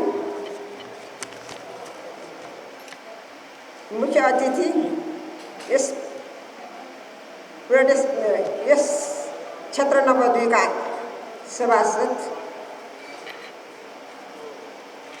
महेश बस्नेतज्यू र पूर्व मन्त्री उद्योग मन्त्री महेश बस्नेतज्यू तथा यस श्री विनायक नगरपालिकाका उपमेयरज्यू र मञ्चमा आसीन हुनुभएका सम्पूर्ण महानुभावहरू तथा आज यस बैठकमा पाल्नुभएका सबै नगरपालिकाका सदस्य अध्यक्षहरू तथा सम्पूर्ण सदस्यहरूमा सर्वप्रथम न्यानो अभिवादन, नमस्कार, जय नेपाल। आज खुसी लागेको छ मलाई धेरै। आज 9 हो यो, मेरो विचारमा यो आज लास्टै बजेट होला यो नगरपालिकाको। यो उहाँहरूले यस अहिलेसम्म 8औं नीति तथा कार्यक्रम सफलता साथै हासिल गरेको म देख्दछु। किनभने म हरेक नीति तथा कार्यक्रममा म जुन सभासद भएदेखि नै म आइराखेको छु, उहाँहरूले बोलाउनु पनि भएको छ। यहाँको कार्य अहिलेसम्म सराहनीय नै जस्तो लाग्छ। तर यो अहिले जम्मा गरिराखेको कार्यको चाहिँ जनप्रतिनिधि भएर जनप्रतिनिधिहरू र अरू यस नगरपालिका जुन उहाँहरूले जुन मनोकांक्षाले अरू जुन भोट दिएर उत्साह साथ गरी भोट दिएर उहाँले जुन कार्य गर्नुभएको थियो, यसलाई नि राम्रो नै गर्नुहुन्छ र अहिले आउनेमा पनि यसमा नीति तथा कार्यक्रम मैले राम्रो त बोल्न सकेँ। धेरै जस्तो मैले यो नीति तथा कार्यक्रम सुन्दाखेरि नारा नै धेरै लागेको जस्तो नारा साथसाथ नाराको पनि काम राम्रो होस् भने पनि म शुभकामना दिन चाहन्छु। अहिले जुन यो 12-13 को जुन नारा मैले 500 वटा मैले चिन्ह पनि राखेको थिएँ, यो नारा एकदमै संस्कृतिबाट नारा नगरिकन कार्यान्वयनबाट नारा गर्नुहोस् भने म यहाँ यो नगरपालिका मेयर तथा सम्पूर्णलाई म अनुरोध गर्छु। निरोगी नगर भनेको यो राम्रो हो। अहिले जस्तो कोभिडको महामारीमा हुन त यो पोहोरदेखिको कोभिडले गर्दा हामी जन्ममा इन्टरनेसनलैमा सबैलाई इफेक्ट परेको, हामी नगरलाई मात्रै नपरेको होइन। त्यही पनि यो सक्दो यो चाहिँ नगरपालिकाले काम गरेको पनि जस्तो लाग्दछ। यो निरोगी नगर अझ यो बजेटले लास्ट बजेटमा पनि काम देखाउने पनि यो अहिले यहाँहरूको सुवर्ण अवसर हो। निरोगी नगर गर्नुहोस्। अर्को भावी अर्को यसको टाइम पनि धेरै छैन, 10 महिना जति होला। अर्को भावीलाई चाहिँ आउनेलाई पनि सङ्केत गरिदिनुहोस्। यो नमुनाको नगर भनेर पनि यसलाई दिने भनेर म चाहना गर्दछु। आफ्नै ठाउँ आफ्नै बनाऊ हो, हामी आफ्नै ठाउँ बनाउनुपर्छ। हुन त हामी प्रदेशमा पनि यही छ, बहुत धेरै नाराहरू छ। नारा भए पनि हामी गर्ने त स्थानीयवासीले नै हो। नगर प्रदेशले त एउटा काममा चाहिँ देखाइदिने हो र काम जम्मै नगर आफ्नो नगरमा आफैले काम गर्ने हो। यो सिँचाइ गरौँ, उत्पादन गरौँ, नगर उत्पादन गरौँ, नगरमा भने यो जुन नारा हो, नारा धेरै भए पनि नाराको जुन उपलब्ध म सक्छु म गर्छु भनेको यो जुन आवाज जुन हौसलाबाट यो अहिले आज पेस नीति तथा कार्यक्रममा पेस भएको थियो, यो पनि अगाडि पोहोर पनि भएको हो। यसलाई कति हामी यो त जनताले पनि देखाउँछ र हामी आफूले पनि यो आत्मलोचन गर्नुपर्छ, कति गर्न सकेको यो नगरले पनि भनेर हामी पनि जनमानिस हामी प्रतिनिधिले पनि सोच्नु पर्ने हो। र हामी सक्छौँ, म गर्छु, म सक्छु, म गर्छु, म मात्रै होइन हामी हुनुपर्छ जस्तो लाग्छ मलाई। हामी गर्छौँ, हामी यो म भने पनि मबाट पनि हामी गर्छौँ, हामी सक्छौँ। यसमा चाहिँ मेरो चाहिँ अलि आफ्नो तपाईँहरूको खेलकुदमा पनि धेरै राम्रो छ। अरू 2 दिन ज्येष्ठ नागरिकको लागि पनि सम्मानको कार्यक्रम यहाँ नगरपालिकाले अहिलेसम्म गरि पनि राख्छ। योबाट यो नीति तथा कार्यक्रममा राम्रै नै।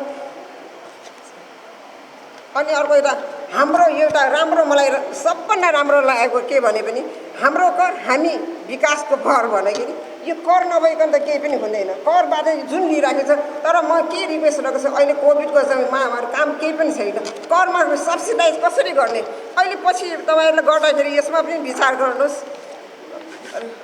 र हाम्रो रहर समृद्ध नेपाल, समृद्ध नगर, समृद्ध नेपाल, समृद्ध बोरा, समृद्ध नगर नभइकन समृद्ध नेपाल हुने। त्यसरी हामी ग्रास लेभलदेखि नै हामीले समृद्ध गरेर जानु राम्रो हो र गर्नु छ। यो अन्तिम तपाईँहरूको हौसला हो। यसरी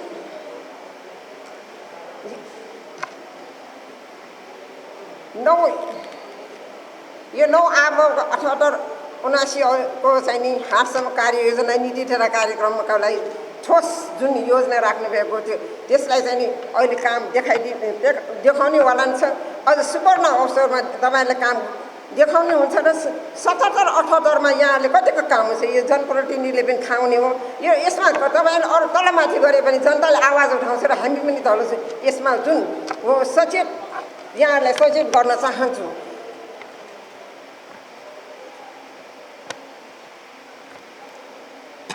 अहिले जुन हामी अब परिस्थिति अहिले जुन देशमा भइराखेको यो परिस्थिति पनि राम्रो होइन।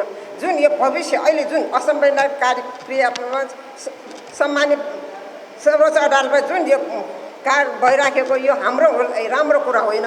यस्तोलाई चाहिँ नि अब के हुन्छ भने भविष्य यो अहिले जुन भइराखेको कामलाई भविष्यको हामीलाई देखाउँछ। भविष्यलाई हामीलाई कतिको गाह्रो हुन्छ भने यसले चाहिँ बोर्ड हुन्छ। त्यही भएर हामीले राम्रो काम गरौँ, राम्रो नतिजा आउने जुन अहिले यसमा नीति तथा कार्यक्रममा राखिसक्यो त्यसको लागि म अझ पनि यहाँहरूलाई सुझाव जस्तै दिन्छु र यहाँहरूको यो नीति तथा कार्यक्रमलाई राम्रो काम होस् भनी शुभकामना पनि दिनेछु र 4 वर्षको तपाईँहरूको यो अन्तिम वर्ष हो। यो अन्तिम वर्षमा चाहिँ तपाईँले राम्रो काम गर्नुहोस्, राम्रो नतिजा गर्नुहोस्। पछि आउने को हुन्छ जसलाई पनि तपाईँहरूको यो फर्स्ट नगर यो पालिकाले काम गरेको भन्दा अरूले पनि भन्छ नि फर्स्ट कम एन्ड लास्ट कम भनेर। कहिले बिहानको सूर्यको उज्यालोले चाहिँ नि लास्टसम्म पनि देखाइदिन्छ भनेर गर्छ। यो काम गर्नुहोस्। यसरी जनमुखी यो तपाईँहरूले काम गरेको कार्यको दलमुखी र नभइकन जनमुखीबाट काम गर्नुहोस् भनी शुभकामना दिँदै आफ्नो भनाइ यहाँ राखिदिन्छ। र मेरो व्यक्तिगत तथा मेरो शहीद राधेश्याम जोशी स्मृति प्रतिष्ठानको अध्यक्षको हैसियतबाट पनि म यहाँहरूलाई शुभकामना र यसको राम्रो काम होस् भनी कामना गरे मेरो भनाइ यहाँ अन्त गरेछु। र मलाई अहिलेसम्म यो नगरपालिका हुँदाखेरि पनि यसरी नीति तथा कार्यक्रममा हरेक पटक पनि बोलाएर यसो सम्बोधन गर्न दिएको मौका दिनुभएको मलाई धेरै धेरै धन्यवाद दिन्छु। धन्यवाद, नमस्कार, जय नेपाल। नगरपालिकाको नगरसभाको नव अधिवेशनलाई सम्बोधन गर्नको लागि पूर्व मन्त्री एवं निवर्तमान प्रतिनिधि सभा सदस्य माननीय महेश बस्नेतज्यूलाई सूर्यविनायक नगरपालिकाको 9 नगरसभाको यो उद्घाटन समारोहको विशेष कार्यक्रममा सहभागी हुनुभएका सम्पूर्ण नगरसभाका सदस्यज्यूहरू, यस नगरसभाका सभाध्यक्ष एवं कार्यपालिकाका प्रमुखको हैसियतले उपस्थित हुनुभएका नगर प्रमुख वासुदेव थापाज्यू, बागमती प्रदेश सभाका माननीय सांसदज्यूहरू, जिल्ला समन्वय समितिका उपप्रमुख लगायत सदस्यज्यूहरू, नगरपालिकाको उपप्रमुख लगायतका सबै साथीहरू, कर्मचारी साथीहरू, नगर प्रहरी लगायतका साथीहरू, यहाँहरू सबैलाई म हार्दिक नमस्कार र न्यानो अभिवादन टक्राउन चाहन्छु। सूर्यविनायक नगरपालिका भ्यालीभित्र रहेका 18वटा नगरपालिका मध्येमा व्यवस्थित, समझदारीपूर्ण ढङ्गले अगाडि बढेको, सबै दलको बिचमा पनि सहकार्यको अभ्यास गरेको र कर्मचारीहरूको बिचमा पनि अन्यत्रबाट भ्यालीमा कर्मचारी आउन खोज्दा पहिलो चोइस सूर्यविनायक नगरपालिका पर्ने गरेको। यसका धेरै विशेषताहरू हामीले देखिरहेका छौँ र सूर्यविनायक नगरपालिका सम्माननीय प्रधानमन्त्री केपी शर्मा ओलीज्यू बस्ने नगरपालिका पनि भएको कारणले तपाईँ हामी सबै यो नगरपालिकाको बासिन्दा भएका कारणले पनि सङ्घीय सरकारबाट र प्रदेश सरकारबाट पनि सूर्यविनायक नगरपालिकाले पर्याप्त बजेटहरू ल्याउन सफल भएको छ। राष्ट्रिय स्तरका ठुल्ठुला आयोजनाहरू पार्नको निमित्त सफल भएको छ। यसमा नगरपालिकाको नेतृत्व, वडाको नेतृत्व प्रभावकारी ढङ्गले बजेट कार्यान्वयन गर्ने र बजेटलाई सञ्चालन गर्ने कुरामा आफ्नो दक्षता देखाइरहनु भएको छ।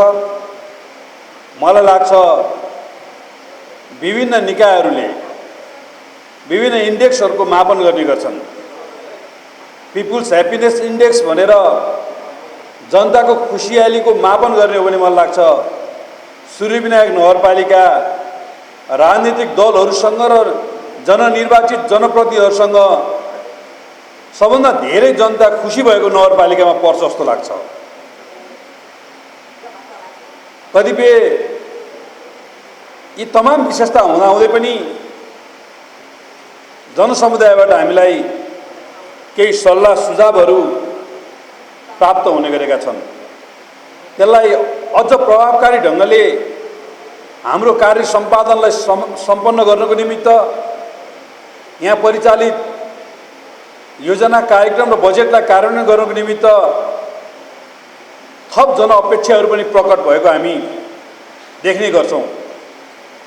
यो पाटोमा हामी अलि बढी सचेत हुन आवश्यक छ भन्ने मलाई लाग्छ। किनभने हामी जनताका प्रतिनिधि भएको कारणले नीति निर्माणको तहमा मात्र हाम्रो भूमिकालाई हामीले निर्वाह गरेर हुँदैन। हामीले विकास निर्माणको काममा र यो नगरपालिकाको जनताको जीवनस्तर र आय स्तरलाई परिवर्तन गर्ने कुरामा पनि त्यत्तिकै भूमिका खेल्नुपर्ने हुन्छ। पछिल्लो संविधान निर्माण भइसके पछाडि 3 तहको सरकारको जुन परिकल्पना हामीले गऱ्यौँ, स्थानीय तह यस्तो शक्तिशाली सरकार हो, यहाँ कार्यपालिकाको पनि हामी अभ्यास गर्छौँ, व्यवस्थापिकाको पनि अभ्यास गर्छौँ र न्यायपालिकाको पनि अभ्यास गर्छौँ। आजको यो सभा व्यवस्थापिकाको एउटा उच्चतम अभ्यास हो। मेयर साहबले कार्यपालिकाको प्रमुखको हैसियतले तपाईँहरूका सामु नीति कार्यक्रम र बजेट प्रस्तुत गरिसक्नु भएको छ। यसलाई तपाईँहरूले लोकतान्त्रिक विधिबाट पास गरेर भोलि यो नगरसभा सम्पन्न गर्दै हुनुहुन्छ। आजसम्मका सबै निर्णयहरू तपाईँहरूले सर्वसम्मत ढङ्गले अगाडि बढाउनु भएको छ। यो बिचमा अन्तर्राष्ट्रिय रूपमा देखिएको कोरोना सङ्क्रमणको महामारी हामीले झेल्नु पर्यो। यो बिचमा देशका विभिन्न भूभागहरूमा प्राकृतिक प्रकोपका समस्याहरू हामीले बिहोर्नु पर्यो। मानवीय हिसाबले सिन्धुपाल्चोक, मनाङ, मुस्ताङ लगायतका जिल्लाहरूमा भएका प्राकृतिक विपत्तिलाई सम्बोधन हुने र सहयोग गर्ने ढङ्गले पनि तपाईँहरूले केही सहयोग र निर्णयहरू गर्न हुनेछ। यसको लागि म तपाईँलाई धन्यवाद दिन चाहन्छु।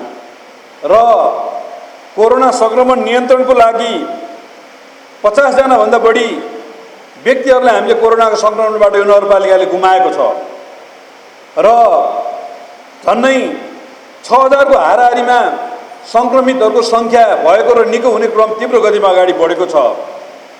भ्याक्सिनको उपलब्धतादेखि पीसीआरको निःशुल्क परीक्षणदेखि अनेक खालका अभियानहरू प्रभावकारी ढङ्गले तपाईँहरूले चलाउनु भयो।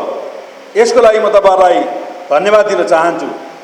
लकडाउनको यो परिस्थितिलाई जनजीवनलाई सहज बनाउन निमित्त राहत र उद्धारका अनेक कार्यक्रमहरू पनि तपाईँहरूले लग्नुभयो र यहाँ रहने मजदुरहरू, भोकमरीहरू, सुकुम्बासीहरूलाई खाद्यान्न अभाव लगायतका अभावहरू हुन पाएन।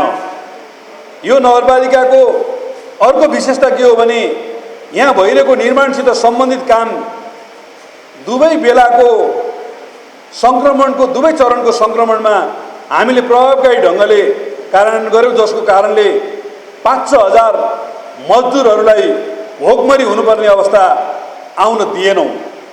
यसको लागि प्रमुख जिल्ला अधिकारीज्यू, यहाँका प्रहरीका सम्पूर्ण प्रभागहरू, प्रहरीका एसपी साहब र डिएसपी साहबहरू, नेपाली सेना, नेपाल रेडक्रस लगायतका सामाजिक संस्थाहरूले जुन खालको भूमिका खेल्नुभयो, यो भूमिका र सहकार्यले मलाई लाग्छ आज सूर्यविनायक नगरपालिका एउटा उदाहरणीय नगरपालिका र व्यवस्थित नगरपालिका बन्न सफल भएको छ। हामीले विकासका अनेक अवधारणाहरू, अनेक मोडालिटीहरूको बारेमा बहस गऱ्यौँ, छलफल गऱ्यौँ। आज आम रूपमा जनसमुदायले विकास भनेको पूर्वाधार मात्रै हो भन्ने जस्तो बुझाइ भएको छ।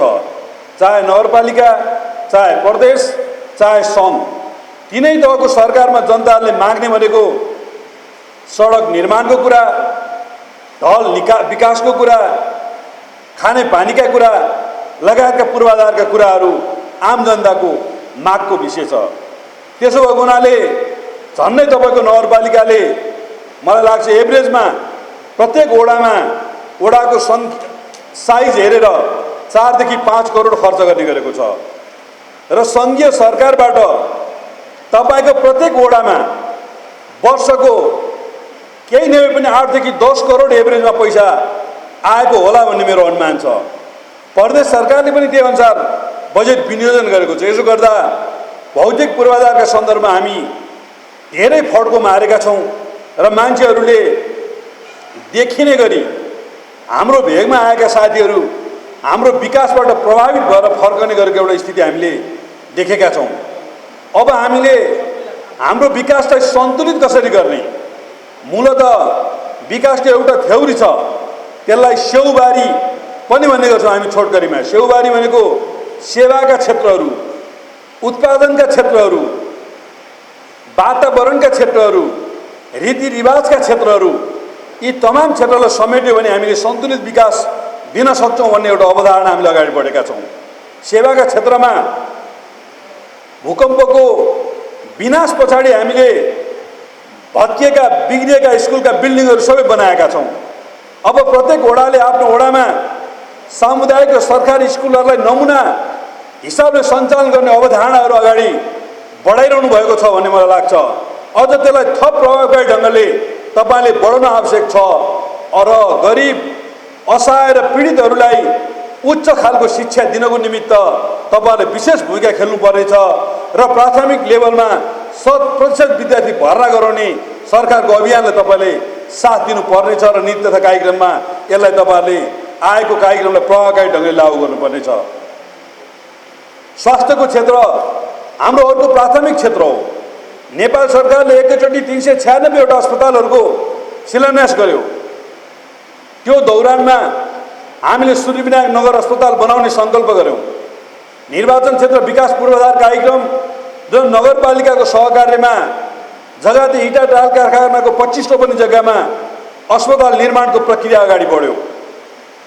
पछिल्लो बेलामा स्वास्थ्य क्षेत्रमा हामीले भक्तपुरभरि 28 करोडभन्दा बढी रकम ल्यायौँ। सूर्यविनायक अस्पतालमा पनि 10 बेडको एसडियू राख्ने, अक्सिजन प्लान्ट राख्ने लगायतका कार्यक्रमको लागि हामीले 3.5 करोडभन्दा बढी बजेट ल्याउन सफल भयौँ। भक्तपुर अस्पताल नेपालकै नमुना अस्पतालको रूपमा यसले आफ्नो काम गर्यो। क्यान्सर अस्पताललाई हामीले निजी क्षेत्रको अस्पतालबाट सरकारी अस्पताल बनाउने कुरामा सफल भयो र त्यहाँ पनि अक्सिजन प्लान्ट राख्ने काम अगाडि बढ्यो। सूर्यविनायक र चाङ्गुनारायण नगर अस्पताल मलाई लाग्छ नेपालका नगर अस्पताल मध्येमा अक्सिजन प्लान्ट राख्ने पहिला अस्पताल मध्येमा पर्छन् नेपाल कोरिया मैत्री अस्पताल पनि नगर अस्पतालको रूपमा अक्सिजन प्लान्ट राख्ने प्रक्रियामा अगाडि बढेको छ र यो सबै अस्पतालहरूलाई नेपाल सरकारले पर्याप्त बजेट दिएको छ। यहाँका हेल्थ पोस्टहरूलाई स्तर उन्नति गर्दै सेवा प्रवाह गर्ने कुरामा हामीले प्रभावकारी भूमिका कसरी खेल्न सक्छौँ?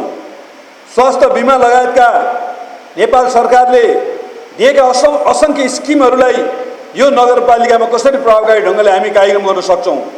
र अझ पछिल्लो बेलामा मानवीय आस्था नेपाल, युवा सङ्घ नेपाल लगायतका साथीहरूले एउटा घुम्ती स्वास्थ्य शिविरको एउटा अभियान चलायो। नमस्ते खोपट टेलिभिजन लगायतका टेलिभिजनहरूले त्यो अभियानमा निकै सहयोग पनि गर्नुभयो। भक्तपुरमा रहेका सम्पूर्ण डाक्टरहरू जसले कोरोनाको निमित्त निकै ठुलो योगदान दिनुभयो। सरकारी तथा निजी अस्पतालहरू जसले कोभिड वार्ड सञ्चालन गरेर हामीलाई ठुलो सहयोग गर्नुभयो। म उहाँहरू सबैलाई धन्यवाद दिन चाहन्छु। शिक्षा, स्वास्थ्य लगायतका क्षेत्रमा तपाईँहरूले आफ्नो प्रभावकारितालाई अझ व्यवस्थित गर्नुपर्नेछ। हामीले कटुन्जेको बाहुन डाँडामा मानवअङ्ग प्रत्यारोपण केन्द्र बनाउने प्रयत्न गऱ्यौँ, तर केही असमझदारीहरू सिर्जना भएका कारणले त्यो बनाउने कुरामा हामी सफल हुन सकेनौँ। बजेट कोल्याप्स हुने परिस्थितिका कारणले त्यो बनाउने प्रक्रिया अहिले झौखेलमा सुरु भएको छ। नेपाल सरकारले अहिले पनि क्यान्सर सेन्टर निर्माणको निमित्त 1,40 करोड बजेट छुट्याएको छ। सर्वरोग अस्पताल निर्माणको निमित्त 1,40 करोड बजेट छुट्याएको छ। म सूर्यविनायक नगरपालिकालाई अनुरोध गर्न चाहन्छु, पटुन्जेको बाहुनडोल हुनसक्छ, चित्तापोलमा हुनसक्छ, कहाँ हुनसक्छ, हामीसँग भएका जमिनहरूलाई तपाईँले सही ढङ्गले सदुपयोग गर्न सक्नुभयो भने यो ठुला ठुला राष्ट्रिय अस्पतालहरू हामी भक्तपुरमा बनाउन सक्छौँ।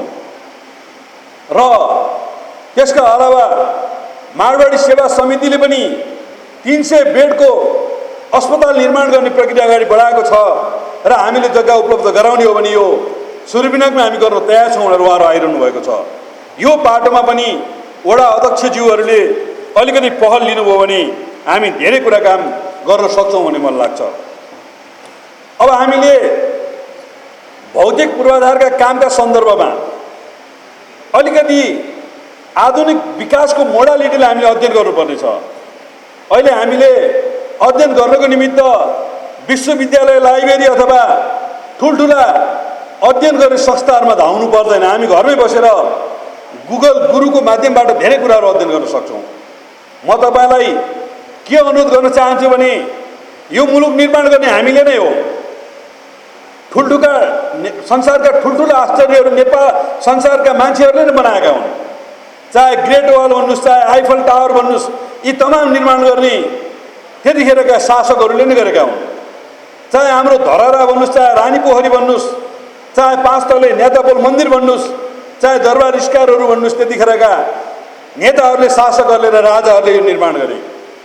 हामीले सूर्यविनायकमा यो परिकल्पना गरेनौँ भने हाम्रो कार्यकाललाई सक्ने मोडालिटीमा मात्रै हामी गयौँ भने पछिल्लो पुस्ताले हामीलाई सराप्ने छ।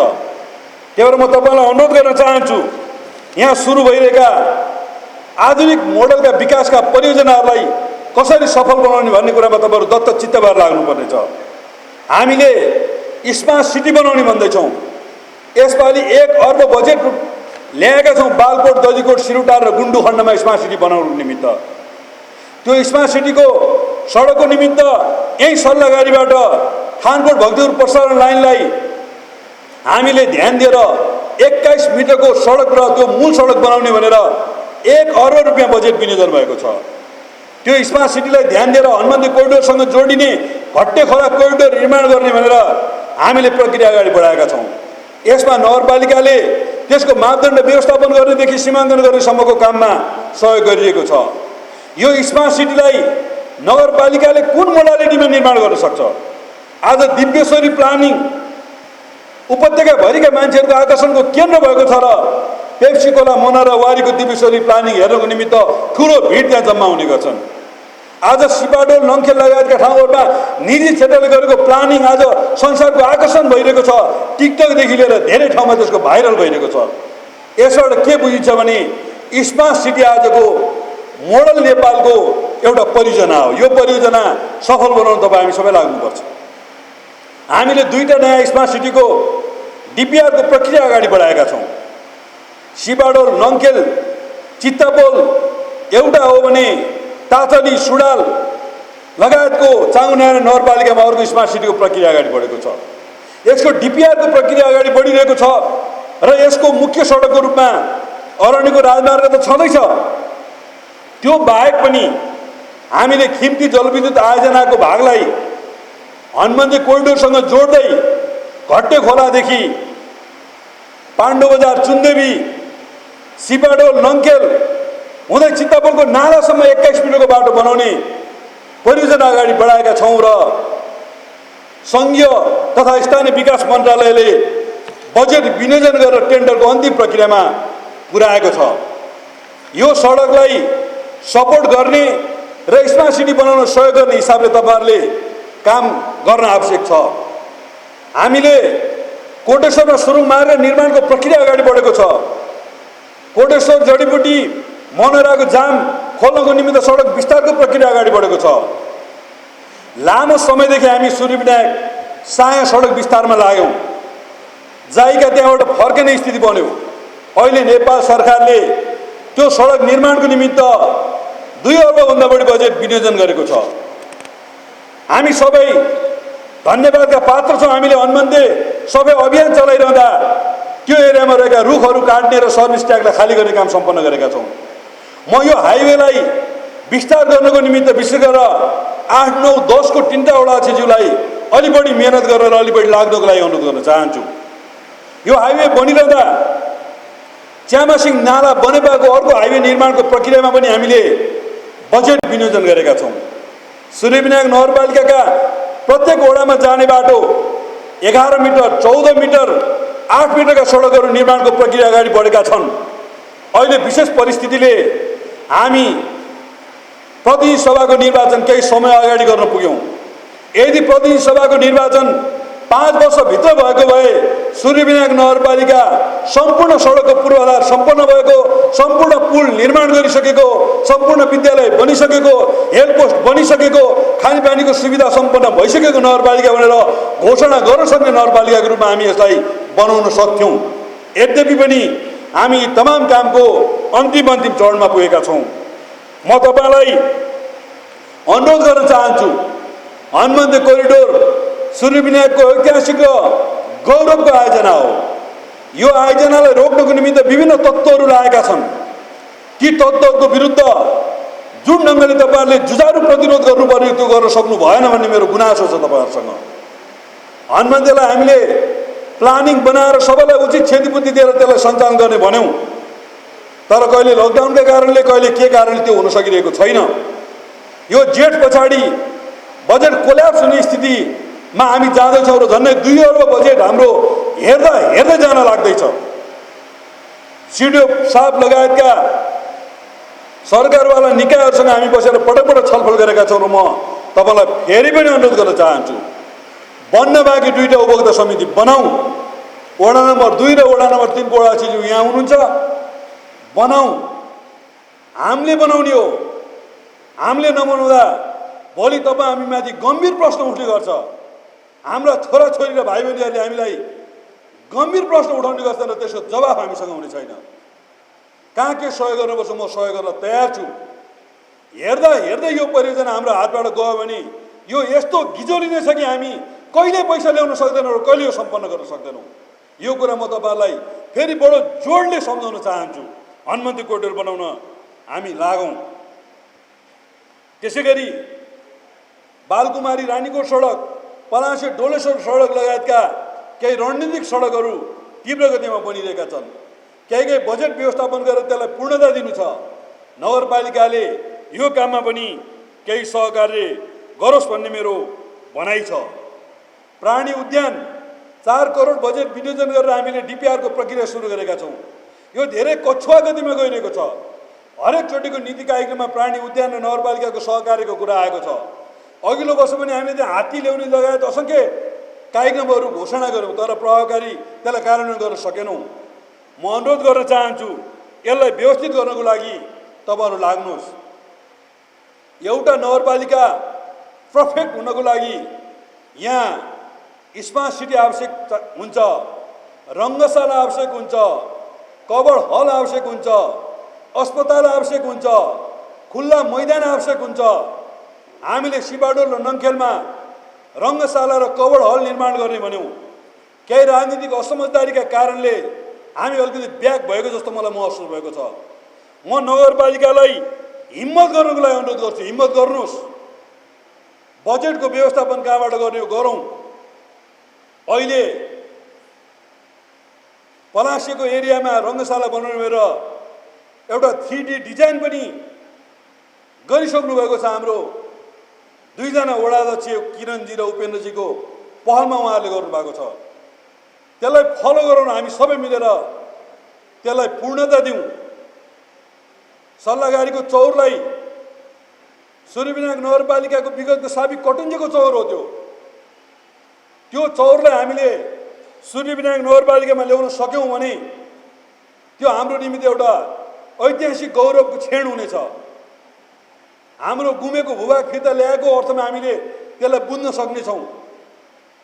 अहिले निर्वाचनको 1 वर्ष अगाडिको यो नगरसभा भएको कारणले पनि हाम्रा नगरका वडाहरूलाई कसरी व्यवस्थित गर्ने भन्ने कुरा तपाईँले खुल्ला छलफल गर्दा हुन्छ। तपाईँले एउटा सैद्धान्तिक सहमति बनाउँदा हुन्छ। वडा विभाजन गर्न हुन्छ अथवा हुँदैन भन्ने आधारमा मत विभाजन गर्ने र जनमत विखण्डित गर्ने मोडलमा हामी जान हुँदैन।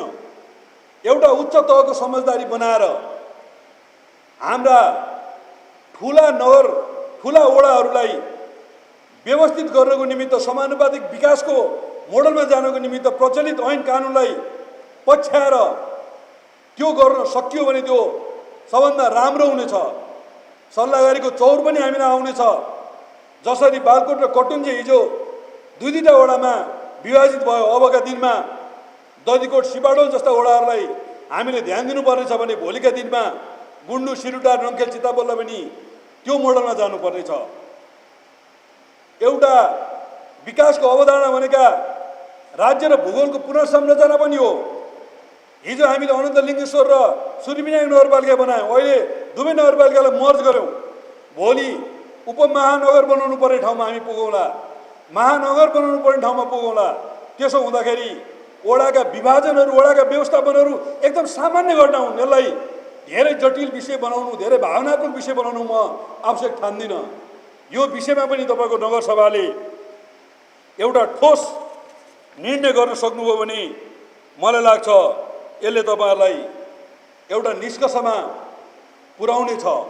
र तपाईँहरूले अहिले जे गर्दै हुनुहुन्छ, अब हामी अन्तिम कार्यकाल हो, फागुन चैतमा चुनाव हुन्छ होला। त्यसो भएको हुनाले अब हामी असारमा छौँ, अब 7-8 महिना हाम्रो कार्यकाल बाँकी हो। त्यसो हुँदाखेरि हामी किन धेरै काम गर्ने, धेरै किन हट्ने, धेरै किन विवाद मोल्ने भन्ने मानसिकताले यो अन्तिम वर्ष काम गर्न सक्छ। म तपाईँलाई क्षेत्र प्रसाद अधिकारीको एउटा सानो प्रसङ्ग सुनाउन चाहन्छु। उहाँ चाइना जानुभएछ। चाइना जाँदा एउटा 74 वर्षको बुढा मान्छेले इङ्ग्लिस भाषा सिकिरहेको रहेछ। अनि क्षेत्र प्रताप अधिकारीले सोध्नु भएको छ, तपाईँ यो 74 वर्षको उमेरमा किन इङ्ग्लिस सिकिरहनु भएको छ? त्यस पछाडि त्यो बुढाले जवाफ दिएछन्, तिमीले मलाई कहिले मर्छौ भनेर यो क्वेसन सोध्या होला होइन? मैले मेरो जीवनमा गर्न धेरै बाँकी छ, त्यही भएर म अहिले मर्दिनँ बाबु, यस्ता कुरा नसोध, म धेरै कुरा गरेर मर्छु भनेछन्। अनि क्षेत्र प्रताप अधिकारीले आएर एउटा गीत लेख्नुभयो, त्यो गीत निकै लोकप्रिय भयो। जिन्दगीमा धेरै कुरा गर्न बाँकी छ, सबैभन्दा ठुलो कुरा मर्न बाँकी छ भन्ने गीत त्यसरी सिर्जना भएको रहेछ। त्यही भएर अब हाम्रो कार्यकाल 5 महिना बाँकी छ, 6 महिना बाँकी छ भनेर निराश हुन आवश्यक छैन। हामीले विकासको गतिलाई अगाडि बढाउँदा, जनताको समृद्धिलाई अगाडि बढाउँदा काहीँ कतै विवाद भयो भने, हाम्रो बारेमा कसैले भ्रम छर्यो भने त्यो क्षणिक हुनेछन्। म ठुलो जोस जाँगर र ऊर्जाका साथ तपाईँलाई लाग्न अनुरोध गर्छु। गुन्डुमा औद्योगिक क्षेत्र निर्माण गर्ने एउटा प्रक्रिया अगाडि बढेको छ। यहाँका जनताहरूलाई रोजगारी दिने कुरा, प्रधानमन्त्री रोजगार कार्यक्रम कतिपय वडाले व्यवस्थित गर्नुभयो, कतिपय वडाले गर्न सक्नु भएन। म वडाध्यक्षज्यूहरूलाई भन्न चाहन्छु, घरमा बसेर मम भनेर होइन हेर्नुहोस्, यहाँका विकासका कतिपय समन्वय तपाईँले गर्नुभएको छ, कतिपय काम गर्न सक्नु भएको छैन।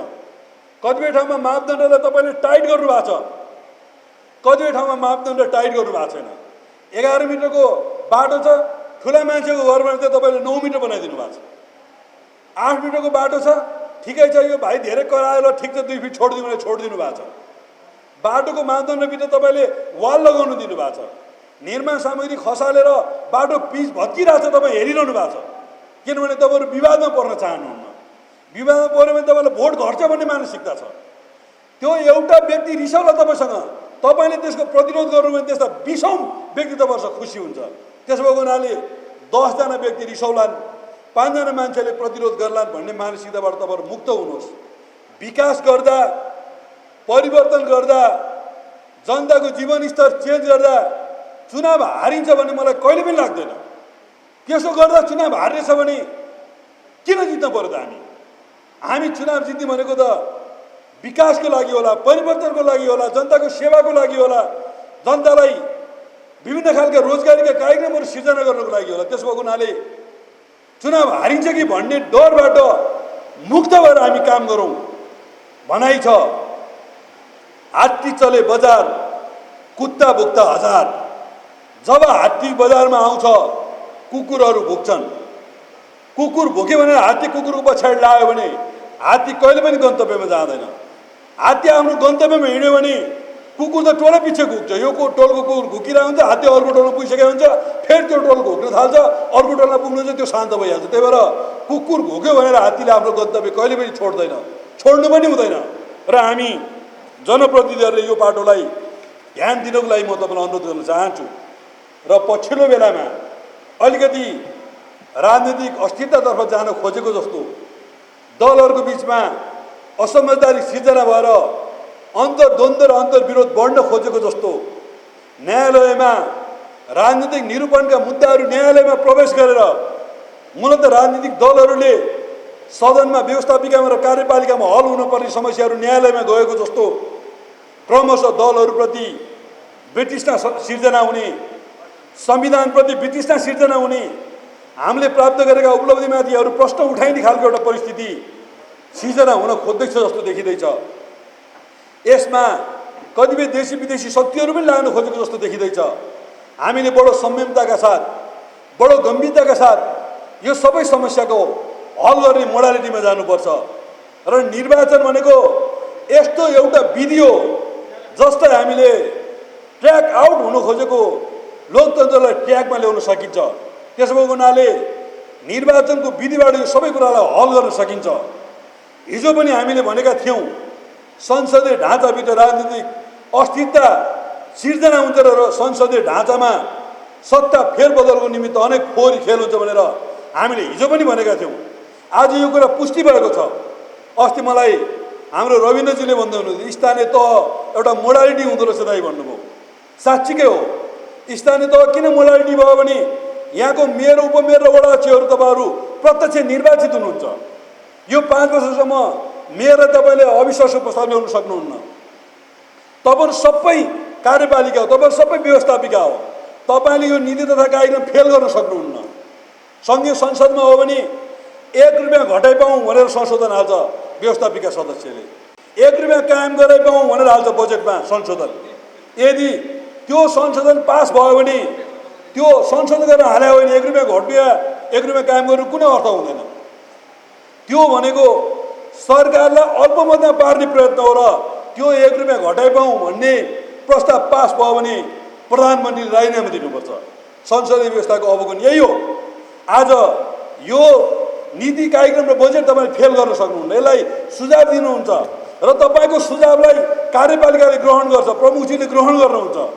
संसदीय व्यवस्थामा तपाईँको सुझावलाई कार्यपालिकाले प्रधानमन्त्रीले ग्रहण गर्नुभयो भने प्रधानमन्त्रीले राजीनामा दिनुपर्छ। त्यही भएर यस्तो एउटा अक्कडो खालको व्यवस्था हामीले अभ्यास गरिरहेका छौँ।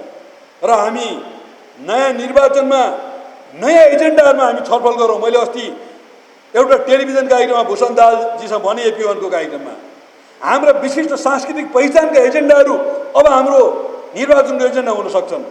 62-63का आन्दोलनको उपलब्धिहरूलाई रक्षा गर्ने कुरा अब हाम्रो एजेन्डा हुन सक्छन्। त्यसका बाइ प्रोडक्टको रूपमा प्रकट भएको सङ्घीयता प्रदेश सरकार लगायतका विषयहरूका कमी कमजोरीहरूलाई हल गरेर त्यसलाई व्यवस्थित गर्ने अब हाम्रा एजेन्डाहरू हुन सक्छन् र यो संसदीय ढाँचाभन्दा प्रत्यक्ष निर्वाचित प्रधानमन्त्री अथवा राष्ट्रपतिको मोडालिटीमा जाने अब निर्वाचनका हाम्रो एजेन्डा हुन सक्छन्। के त्यसो हुँदा प्रदेश खारेज गर्ने हो त भनेर मलाई साथीहरूले सोध्नुभयो। भूषणजीले त अझ तपाईँ स्पष्ट बग्दा खोइ पर्दै खुलेर भन्नुभयो। मैले भने प्रदेश सरकारका सन्दर्भमा एउटा नयाँ मोडालिटी हामीले अभ्यास गर्न सक्छौँ। प्रदेशभित्र रहेका सबै स्थानीय तहका प्रमुख र उपप्रमुखलाई प्रदेश सभासदको मान्यता दिने र प्रमुख र उपप्रमुख मध्ये प्रदेश सरकार निर्माण गर्ने र जो स्थानीय तहका प्रमुख उपप्रमुख प्रदेश सरकारमा सहभागी हुनुहुन्छ त्यो स्थानीय तहमा फेरि निर्वाचन गरेर त्यो स्थानीय तहको प्रतिनिधित्वमा बनेको प्रदेश सरकारले सङ्घीय सरकारका बजेट र कार्यक्रमलाई व्यवस्थित ढङ्गले कार्यान्वयन गर्ने, प्रदेशका बजेट र कार्यक्रमलाई लागू गराउने, स्थानीय तहको बजेट र कार्यक्रमलाई त्यसलाई अनुगमन गर्ने, त्यसलाई प्रभावकारी कार्यान्वयन गर्ने र त्यसलाई नियमन गरेर कहीँ कतै घोटाला समस्या भने कारबाही गर्ने यो मोडालिटीमा जान सकिन्छ कि भन्ने मलाई लागेको छ। यसलाई हामी एउटा बहसको विषय बनाऊँ, छलफलको विषय बनाऊँ। यसरी मलाई लाग्छ अब हामीले अलिकति गम्भीर ढङ्गले हाम्रो परिवर्तन र हाम्रा परिवर्तन पछाडि उपलब्ध भएका जे चिजहरू हामीले प्राप्त गरेका छौँ त्यसको बारेमा समीक्षा गरेर गयौँ भने हामी एउटा साँच्चीकै समृद्ध नेपाल र सुखी नेपाली निर्माण गर्ने अभियानलाई प्रभावकारी ढङ्गले कार्यान्वयन गर्न सक्छौँ। मैले यिनै कुरा तपाईँहरूको सामु राखेँ। फेरि पनि सूर्यविनायक नगरपालिकाले जुन खालको एउटा सफलता प्राप्त गर्नुभएको छ, उपलब्धि प्राप्त गर्नुभएको छ, समझदारी बनाउनु भएको छ, तपाईँहरूको बिचमा एउटा उच्च तहको आर्थिकता जुन बनाउनु भएको छ यसलाई कायम गर्दै यो नीति कार्यक्रम र बजेटलाई सर्वसम्मत ढङ्गले पारित गर्दै अबको आर्थिक वर्षको हिसाबले 1 वर्ष र समयको हिसाबले 8-9 महिनाको कार्यक्रम विगत 4 वर्षभन्दा धेरै प्रभावकारी र उल्लेख्य भयो भन्ने ढङ्गले काम गर्न सक्नुहोस्। मैले यिनै सफलताको कामना व्यक्त गर्दै आफ्ना भनाइहरू टुङ्ग्याउँछु। हस्त धन्यवाद। नमस्ते। अभिवादन।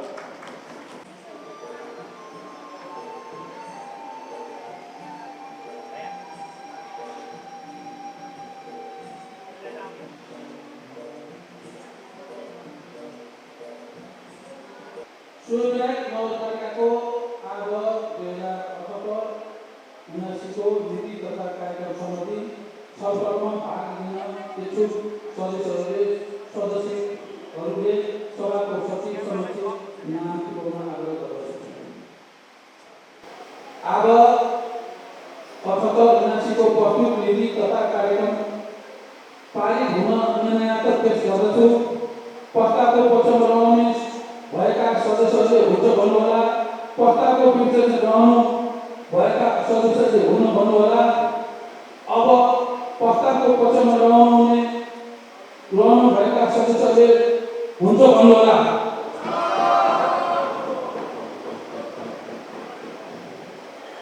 अब प्रस्तावको विपक्षमा रहनु भएका सदस्यहरूले हुन भन्नुहोस्।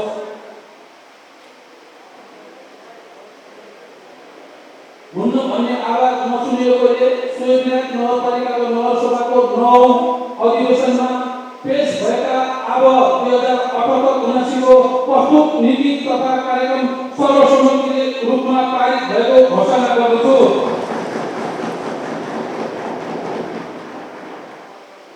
अब म सूर्यविनायक नगरपालिकाको नगर कार्यपालिकाका सदस्य दुलुमाया तामाङको मिति 2078-23 गते भएको असामयिक निधनप्रति गहिरो दुःख व्यक्त गर्दै शोक सन्तप्त परिवारजनहरूप्रति संवेदनासहित मृतकको आत्माको चिर शान्तिको लागि 1 मिनेट मौन धारणा सहित शोक प्रस्ताव पेश गर्दछु।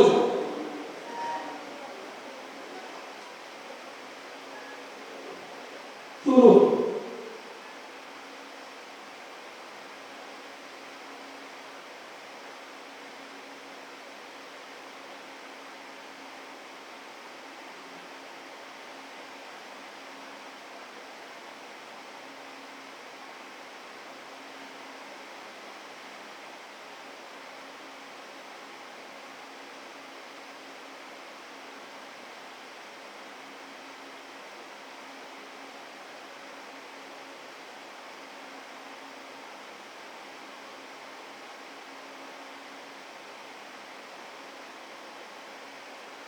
धन्यवाद।